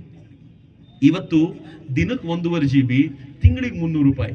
ಅವತ್ತು 1 GB 300 ರೂಪಾಯಿ ಇತ್ತು, ಇವತ್ತು 1 GB 10 ರೂಪಾಯಿಗಿಂತ ಕಡಿಮೆ ಇದೆಯಲ್ಲ, ಅದು ನರೇಂದ್ರ ಮೋದಿ ಅವರ ಕಾರಣಕ್ಕಾಗಿದ್ದು. ಮಿತ್ರ, ನರೇಂದ್ರ ಮೋದಿ ಅವರು ಎಲ್ಲಿವರೆಗೂ ಅಂತಂದ್ರೆ, ಬಡವರಿಗಾಗಿ ಏಕಲವ್ಯ ಮಾದರಿ ವಸತಿ ಶಾಲೆ ಉಳಿದೆಲ್ಲ ಪ್ರಧಾನಮಂತ್ರಿಗಳು 100 ಮಾಡಿದ್ರೆ, ಮೋದಿ ಒಬ್ಬರೇ 600 ಏಕಲವ್ಯ ಮಾದರಿ ವಸತಿ ಶಾಲೆ ಮಾಡಿದ್ರು. ಈಗ ನನಗೊಂದು ಪ್ರಶ್ನೆಗೆ ಉತ್ತರ ಕೊಡಿ. ಇವೆಲ್ಲವನ್ನೂ ಮೋದಿ ಮಾಡ್ತಾರೆ, ಕಾಂಗ್ರೆಸ್ನವ್ರ ಹತ್ರ ಯಾಕಾಗಲ್ಲ? ಸ್ವಂತಕ್ಕೋಸ್ಕರ ಮಾಡ್ತಾರೆ, ಸ್ವಾರ್ಥ ಇದೆ, ಅವ್ರ ಪರಿವಾರ ಬೆಳೆಸಬೇಕು. ಆದ್ರೆ ಇನ್ನೊಂದು ಬೆಸ್ಟ್ ಉತ್ತರ ಏನಂದ್ರೆ, ಇವನ್ನ ನೋಡಿದ್ ನೆನಪಿದ್ಯಾ? ಬಹಳ ಬೇಗ ಮರ್ತೋಗ್ಬಿಡ್ತೀವಿ ನಾವು. ಕಾಂಗ್ರೆಸ್ನ MP, ರಾಜ್ಯಸಭಾ MP ಗನ್ ಹಿಡ್ಕೊಂಡು ಏನ್ ಕಾಯ್ತಿದ್ದಾನೆ ಗೊತ್ತಾ? ತಾನಿಟ್ಟಿರೋ ದುಡ್ಡನ್ನ, ಕೂಡಿಟ್ಟಿರೋ ದುಡ್ಡನ್ನ ಕಾಯ್ತಿರೋದು ಅವನು. ಅವನ ಮನೆ ಮೇಲೆ ರೈಡ್ ಆಯ್ತು, ಧೀರಜ್ ಸಾಹು ಅಂತ ಅವನ ಹೆಸರು. ಅವನ ಮನೆ ಮೇಲೆ ರೈಡ್ ಆಯ್ತು. ಕಾಂಗ್ರೆಸ್ ಅವ್ರು ಬಾಯ್ ಪಡ್ಕೊಂಡ್ರು, ಎಲ್ಲ ಕಾಂಗ್ರೆಸ್ಸಿಗರ ಮೇಲೆ ರೈಡ್ ಮಾಡ್ತಿದ್ದಾರೆ ಅಂತ. ಹೋಗಬೇಕಾದ್ರೆ ಈಡಿನವ್ರಿಗೂ ಗೊತ್ತಿಲ್ಲ. ಒಂದ್ 4-5 ನೋಟ್ ಕೌಂಟಿಂಗ್ ಮಿಷಿನ್ ತಗೊಂಡೋದ್ರು. 4-5 ಸಾಕಾಗ್ಲಿಲ್ಲ, 8 ಆಯ್ತು, 12 ಆಯ್ತು, 20 ಆಯ್ತು, 48 ಕೌಂಟಿಂಗ್ ಮಿಷಿನ್ 24 hours ಕೆಲಸ ಮಾಡ್ಲಿಕ್ಕೆ ಶುರು ಮಾಡಿದ್ರು. ಅದರಲ್ಲಿ 12 ಕೌಂಟಿಂಗ್ ಮಿಷಿನ್ಗಳಿಗೆ ಜ್ವರ ಬಂದು, ಇನ್ನು ನಮ್ಮ ಹತ್ರ ಆಗಲ್ಲ ಅಂತ ಕೈ ಮುಗಿದು ಹಾಳಾಗೋದು. ಉಳಿದವರು ಫೈನಲಿ ಒಂದು 5-6 ದಿನಗಳಲ್ಲಿ ಲೆಕ್ಕ ಹಾಕಿದ್ದು ಎಷ್ಟು ದುಡ್ಡು ಗೊತ್ತಾ? 360 ಕೋಟಿ ರೂಪಾಯಿ ಕ್ಯಾಶ್ ಒಂದೇ ಮನೆಯಲ್ಲಿ. 360 crores ಕ್ಯಾಶ್. 360 crores ಅಂದ್ರೆ ಎಷ್ಟೊಂದು ಅಂದಾಜಾಗಲ್ಲ ನಮ್ಗೆ, ಏನೋ ದುಡ್ಡು ಇರ್ಬೋದು ಅಂತ. ಎಷ್ಟು ಗೊತ್ತಾ ಮಿತ್ರರೇ? ಕಾಶಿ ಕಾರಿಡಾರ್ ನಿರ್ಮಾಣ ಮಾಡಲಿಕ್ಕೆ ಖರ್ಚಾಗಿರೋದು 360 ಕೋಟಿ ರೂಪಾಯಿ. ಅದು ಒಬ್ಬ ಕಾಂಗ್ರೆಸ್ MP ಮನೆಯಲ್ಲಿದೆ. ಈಗ ಹೇಳಿ, ಕಾಂಗ್ರೆಸ್ಸಿಗರು ಯಾಕೆ ಮಾಡ್ಲಿಕ್ಕಾಗಲ್ಲ ಅಂತಂದ್ರೆ ಈ ಕಾರಣಕ್ಕೋಸ್ಕರ. ಆದ್ರೆ ಇದೇ ಕಾಂಗ್ರೆಸ್ಸಿಗರು ನರೇಂದ್ರ ಮೋದಿ ಮೇಲೆ ಗೂಬೆ ಕೂರಿಸ್ಲಿಕ್ಕೆ ಪ್ರಯತ್ನ ಪಟ್ಟಿದ್ದ ಅಷ್ಟಿಷ್ಟಲ್ಲ. ಕಳೆದ ಎಲೆಕ್ಷನ್ ನಲ್ಲಿ ರಾಹುಲ್ ಗಾಂಧಿ ಕೈಯಲ್ಲಿ ಒಂದು ರಫೇಲ್ ಹಿಡ್ಕೊಂಡು ತಿರುಗಾಡ್ತಿದ್ದ. ನಂಗೆ ಮುಳಬಾಗಲ್ಲಿ ಮಾತಾಡಿದ ನೆನಪಿದೆ ರಫೇಲ್ನ ಕುರಿತಂತೆ. ರಫೇಲ್ ಹಿಡ್ಕೊಂಡು ತಿರುಗಾಡ್ತಿದ್ದ, ಮೋಸ ಮಾಡ್ಬಿಟ್ಟಿದ್ದಾರೆ ಅಂತ. ನಾನು ವಿತ್ ಪ್ರೂಫ್ ನಿಮ್ಗೆ ತೋರಿಸ್ತೀನಿ. ಸುಪ್ರೀಂ ಕೋರ್ಟು 2 ಬಾರಿ ರಫೇಲ್ ನಲ್ಲಿ ಯಾವ ಮೋಸ ಆಗಿಲ್ಲ ಅಂತ ಕ್ಲೀನ್ ಚಿಟ್ ಕೊಟ್ಟಿದ್ದಲ್ಲದೆ, ಚೌಕಿದಾರ್ ಚೋರ್ ಹೇ ಅಂತ ಹೇಳಿದ ರಾಹುಲ್ ಗಾಂಧಿ ಕ್ಷಮೆ ಕೇಳಬೇಕು ಅಂತ ಕೂಡ ಹೇಳ್ತಲ್ಲ, ಅದು ನರೇಂದ್ರ ಮೋದಿ ಅವರಿಗೆ ಸಿಕ್ಕ ಗೌರವ. ಈ ಎಲೆಕ್ಷನ್ ಅಲ್ಲಿ ರಾಹುಲ್ ಗಾಂಧಿ ಏನ್ ಮಾಡ್ತಿದ್ದಾನೆ ಗೊತ್ತಾ? ಈ ಎಲೆಕ್ಷನ್ ಅಲ್ಲಿ ರಾಹುಲ್ ಗಾಂಧಿ ತಿರುಗಾಡ್ತಾ ಇದ್ದಾನೆ. ಏನಂತ ಹೇಳ್ತಿದ್ದಾನೆ ಅಂತಂದ್ರೆ, ನರೇಂದ್ರ ಮೋದಿಗೂ ಅದಾನಿಗೂ ಒಂದು ಸಂಬಂಧ ಇದೆ ಅಂತ. ನೀವು ಮನೆಯಲ್ಲಿ ಕರೆಂಟ್ ಸ್ವಿಚ್ ಆನ್ ಮಾಡಿ ಅದಾನಿಗೆ ದುಡ್ಡು ಹೋಗುತ್ತೆ, ನಲ್ಲಿ ಬಿಡಿ ಅದಾನಿಗೆ ದುಡ್ಡು ಹೋಗುತ್ತೆ, ಸ್ನಾನ ಮಾಡಿ ಅದಾನಿಗೆ ದುಡ್ಡು ಹೋಗುತ್ತೆ, ಬಟ್ಟೆ ಹಾಕೊಳ್ಳಿ ಅದಾನಿಗೆ ದುಡ್ಡು ಹೋಗುತ್ತೆ, ಮಲ್ಕೊಳ್ಳಿ ಅದಾನಿ. ನಾನು ದಿನ ಕೇಳಿದೆ, ಏನ್ ಲಾಜಿಕ್ ಅಪ್ಪ ಇದು ಗೊತ್ತಾಗಿಲ್ಲ. ನಾನು ಹೇಳಿದಾಗ ಹುಡುಗ ಎದ್ಬಿಟ್ಟು ಹೇಳ್ದ, ರಾಹುಲ್ ಗಾಂಧಿ ಭಾಷಣದಲ್ಲಿ ಲಾಜಿಕ್ ಹುಡುಕೋ ನಿಮ್ದೇ ಪ್ರಾಬ್ಲಮ್ ಬಿಡಿ ಸರ್ ಅಂದ್ರೆ. ನನ್ನ ಮತ್ತೇನು ಒಂದೇ, ಆನ್ ಮಾಡಿ ಭಾಷಣ ಬರ್ತಿರುತ್ತೆ, ಕೇಳಿ ಚೆನ್ನಾಗಿ ನಕ್ಬಿಟ್ಟು ಆಫ್ ಮಾಡಿ ಹೋಗಿ ರಿಲ್ಯಾಕ್ಸ್ ಆಗ್ತೀರಾ ಅಂದ. ನಾನು ಸರಿಯಪ್ಪ ಅಂತ. ಆದ್ರೂ ಹೇಳ್ಬೇಕಲ್ಲ ರೀ, ಅವನು ಅದಾನಿ ಅದಾನಿ ಅದಾನಿ ಅದಾನಿ ಅದಾನಿ ಅಂತ ಹೇಳ್ಬೇಕಾದಾಗ ಈ ಚಿತ್ರ ಕಾಂಗ್ರೆಸ್ನವ್ರಿಗೆ ತೋರಿಸಿ ಕೇಳಿ, ಅವರೇ ಅದಾನಿ, ಗೌತಮ್ ಅದಾನಿ ಅಂತ ಅವ್ರ ಹೆಸರು. ಈ ಪಕ್ಕದಲ್ಲಿರುವಂತವನು ರೇವಂತ್ ರೆಡ್ಡಿ ಅಂತ ತೆಲಂಗಾಣದ ಮುಖ್ಯಮಂತ್ರಿ. 1-1.5 ತಿಂಗಳ ಕಾಲ ಹಿಂದೆ ಕಾಂಗ್ರೆಸ್ನ ಈ ಮುಖ್ಯಮಂತ್ರಿ ಆತ ಅದಾನಿಯವ್ರ ಜೊತೆ ಒಂದು ಒಪ್ಪಂದ ಮಾಡಿಕೊಂಡ 12,000 ಕೋಟಿ ರೂಪಾಯಿ. ನಿಮ್ಮ ಹತ್ರ ಓಟ್ ಕೇಳಲಿಕ್ಕೆ ಕಾಂಗ್ರೆಸ್ ಅವ್ರು ಬಂದಾಗ ಕೇಳಿ, ಮೋದಿ ಮತ್ತು ಅದಾನಿ ಫ್ರೆಂಡ್ಶಿಪ್ ಅಂತ ನೀನು ಹೇಳ್ತೀಯಪ್ಪ, ತೆಲಂಗಾಣ ಅದಾನಿದು ಕುಚಿಕು ಏನು ಅಂತ ಒಂದು ಕೇಳಬೇಕಲ್ಲ. ಈ ಸಲ ಕೇಳಿದಾಗ ಅವ್ರಿಗೆ ಉತ್ತರ ಸಿಗುತ್ತಾ ನೋಡಬೇಕು ಅನ್ನೋದು ನನಗಿರುವಂತ ಪ್ರಶ್ನೆ. ನಾನು ತುಂಬಾ ರಾಹುಲ್ ಗಾಂಧಿ ಮೇಲೆ ನೀನು ಮಾತಾಡ್ಲಿಕ್ಕೆ ಹೋಗಲ್ಲ, ಪಾಪ ರೀ, ತುಂಬಾ ಮಾತಾಡಿ ಉಪಯೋಗ ಇಲ್ಲ. ಮತ್ತು ಮೋದಿ ಜೊತೆ ಕಂಪೇರ್ ಮಾಡಬಲ್ಲಂತ ಕ್ಯಾರೆಕ್ಟರ್ ಅಲ್ಲ. ಒಂದೇ ಒಂದು ಫೋಟೋ ತೋರಿಸ್ತೀನಿ, ನೀವು ಆ ಫೋಟೋ ನೋಡಿ ಉಳಿದಿದ್ದನ್ನು ಡಿಸೈಡ್ ಮಾಡ್ಬೋದು. ಪೂಜೆಗೆ ಕೂತಾಗ ಮೋದಿ, ಹೋಮಕ್ಕೆ ಕೂತಾಗ ರಾಹುಲ್ ಗಾಂಧಿ.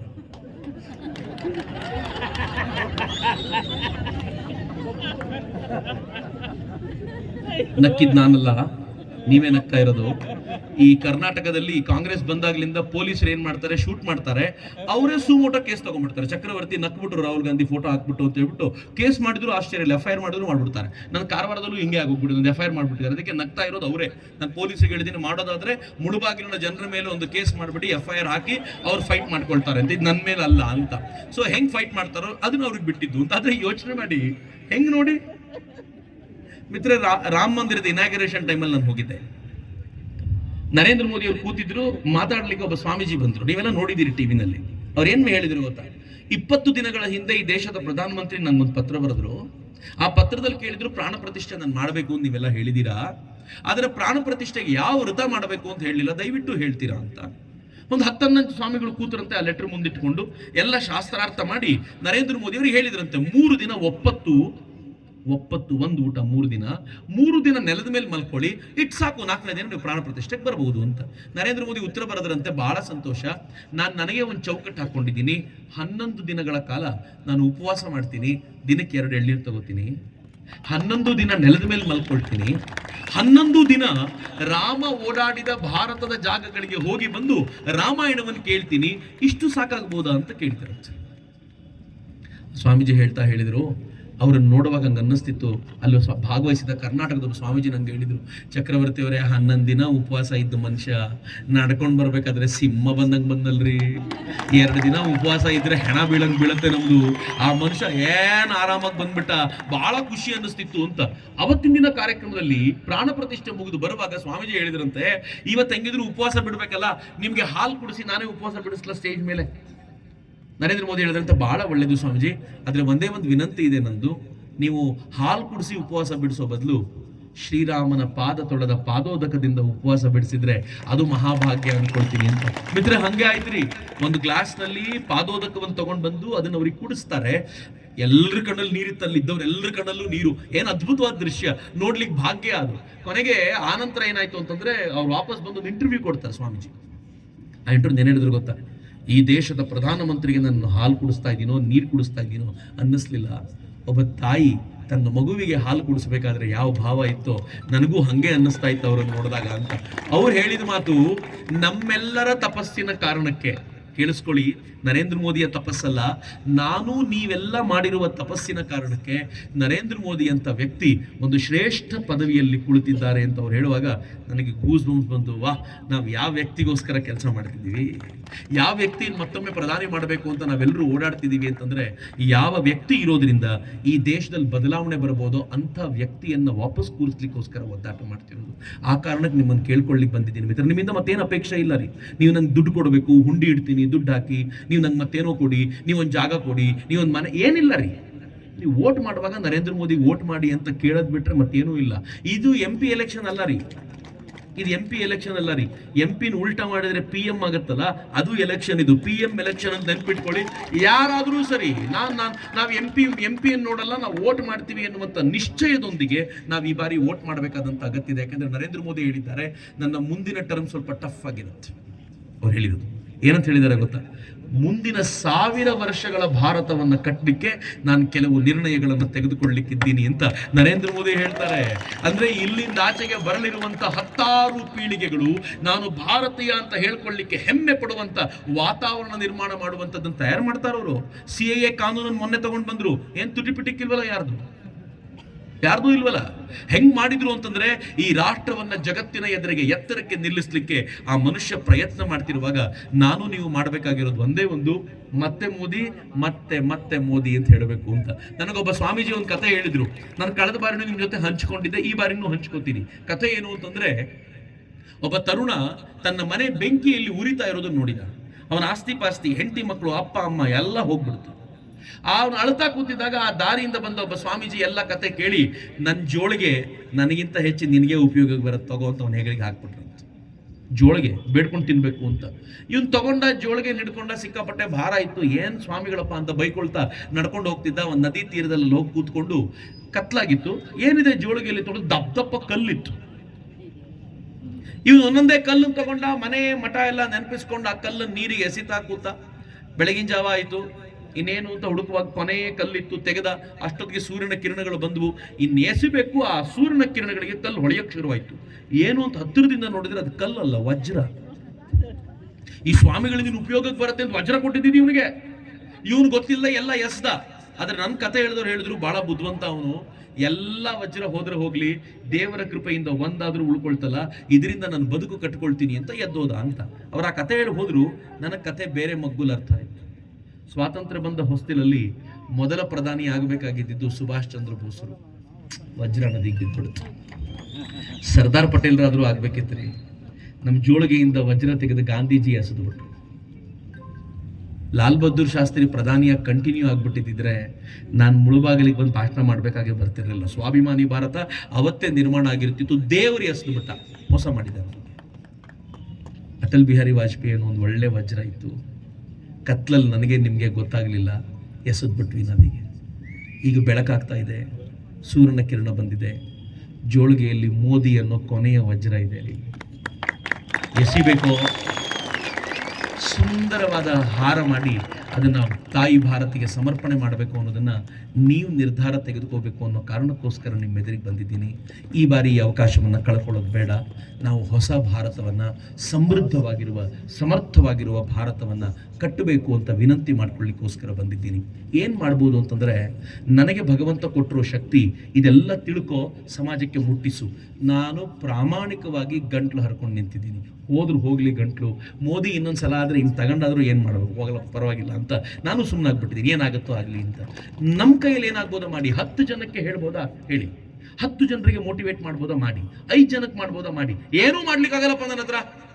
ಎಲೆಕ್ಷನ್ ದಿನ ಹೋಗಿ ಕಮಲದ ಹೆಸರಲ್ಲಿ, ಮೋದಿ ಹೆಸರಲ್ಲಿ ಯಾರು ನಿಂತಿರ್ತಾರೋ ಆ ಬಟನ್ನ ಒತ್ತಿ ನಾನು ನಿಮ್ಮ ಜೊತೆ ಇದ್ದೀನಿ ಅಂತ ಹೇಳಿಬಿಟ್ರೆ ನಮ್ಮ ಪ್ರಯತ್ನ ಆಯಿತು ಅಂತ ನಾನು ಭಾವಿಸ್ಕೊಳ್ತೀನಿ. ಮಿತ್ರರೆ, ನಾನು ನಿಮಗೋಸ್ಕರ ಈ ಕಾರಣಕ್ಕೆ ಒಂದು ಪುಟ್ಟ ಕೆಲಸ ಹೇಳ್ತೀನಿ. ಎಲ್ಲರೂ ಮೊಬೈಲ್ ತೆಕ್ಕೊಳ್ಳಿ. ನಿಮ್ಮದು ಭಾಳ ಚಿಕ್ಕ ಕೆಲಸ. ಒಂದು ನಂಬರ್ ಹೇಳ್ತೀನಿ, ಆ ನಂಬರ್ ನೋಟ್ ಮಾಡ್ಕೊಳ್ಳಿ. 9513282024. 2024 ಏನು ಅಂದರೆ ಎಲೆಕ್ಷನ್ ಇಯರ್, ಅದು 2024.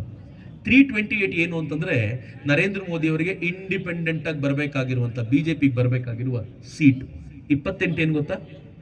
ಕರ್ನಾಟಕದಲ್ಲಿ ಮೋದಿಗೆ ಕೊಡಬೇಕಾಗಿರುವ ಕಮಲದ ಹೂವುಗಳ ಸಂಖ್ಯೆ 28ಕ್ಕೆ 28 ಆಗಿರಬೇಕು ಅಂತ ನಮ್ಮ ಸಂಕಲ್ಪ. ಸೊ 9513282024 ಈ ನಂಬರ್ನ ಸೇವ್ ಮಾಡ್ಕೊಳ್ಳಿ, ಇಲ್ಲಾಂದ್ರೆ ಉಪಯೋಗಕ್ಕೆ ಬರಲ್ಲ ಇದು.